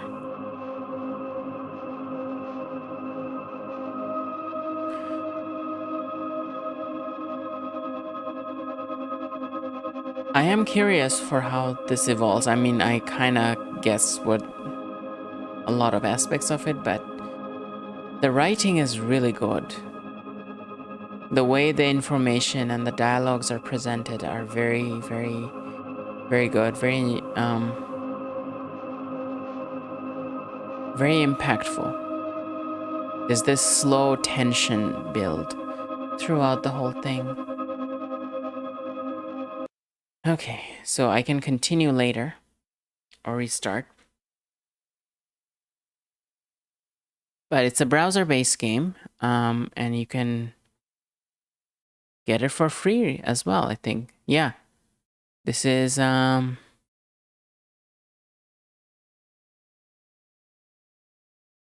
where can you get it? How much can you? I don't know where the information is, but I believe it's not charging any money at the moment. Whew, wow. Yeah, Awesome Amy says that was an intense game. The writing was really good and the aesthetics fit very well with the story. It does, yeah. Yeah, you said it. Yeah, that's really, really interesting. I haven't, I don't know if I'm gonna continue playing it, but if I have the mental energy at some point, I might check out how it turns out. But at least, yeah, I'll recommend it to people who are a bit disconnected from all these events. So yeah, this was game number 519.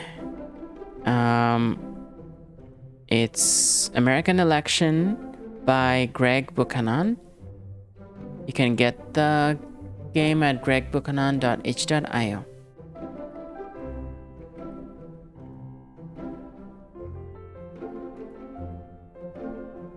Okay, well, that was our last game of today's session.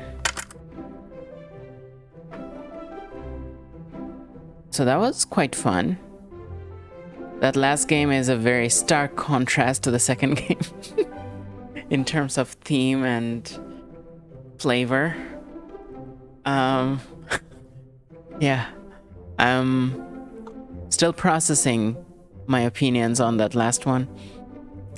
Thanks for the streaming. I had a great time. I'll try to swing by more streams in the future. Thank you for coming, and thank you for chatting about your game. Thank you for making the game. I really appreciate chatting with the devs always. So feel free to come by whenever. I stream on Mondays and Wednesdays from the bundle. On Fridays, I sometimes do a story-driven game. Last time we played, what was it, Techno Babylon? It's by Wajitai Games, and it's one of my favorite devs. Techno Babylon is a cyberpunk noir with lots of queer characters. I was really enjoying it. We might continue that this upcoming Friday.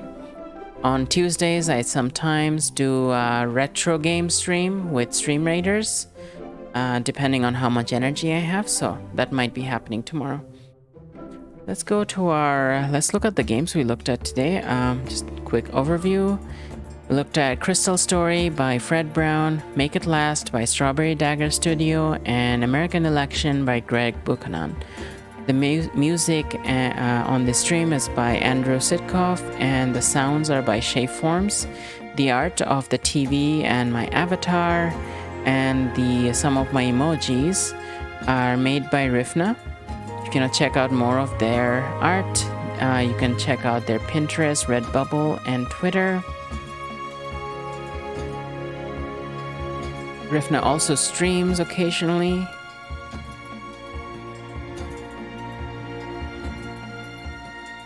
So while I'm doing shout outs, I want to mention Awesome Amy for making the game number 518, Make It Last.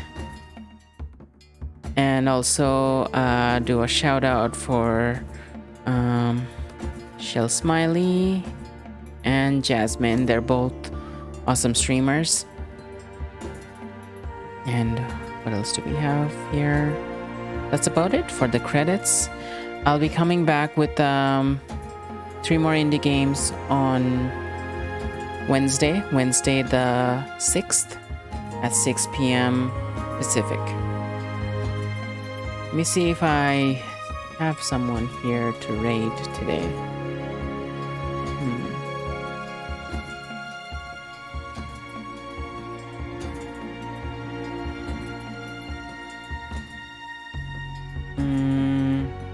I haven't raided Claire Diviner before, I think. This would be the first time. They're playing Spiritfarer, which is another indie game, I believe. I haven't played it yet, but I've seen it occasionally. So yeah, I'll give a raid here.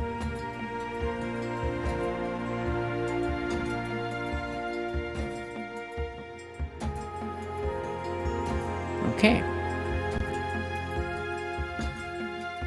My raid message for those of you coming along with the raid is Hearts of Light and Shadow shift the balance in your favor.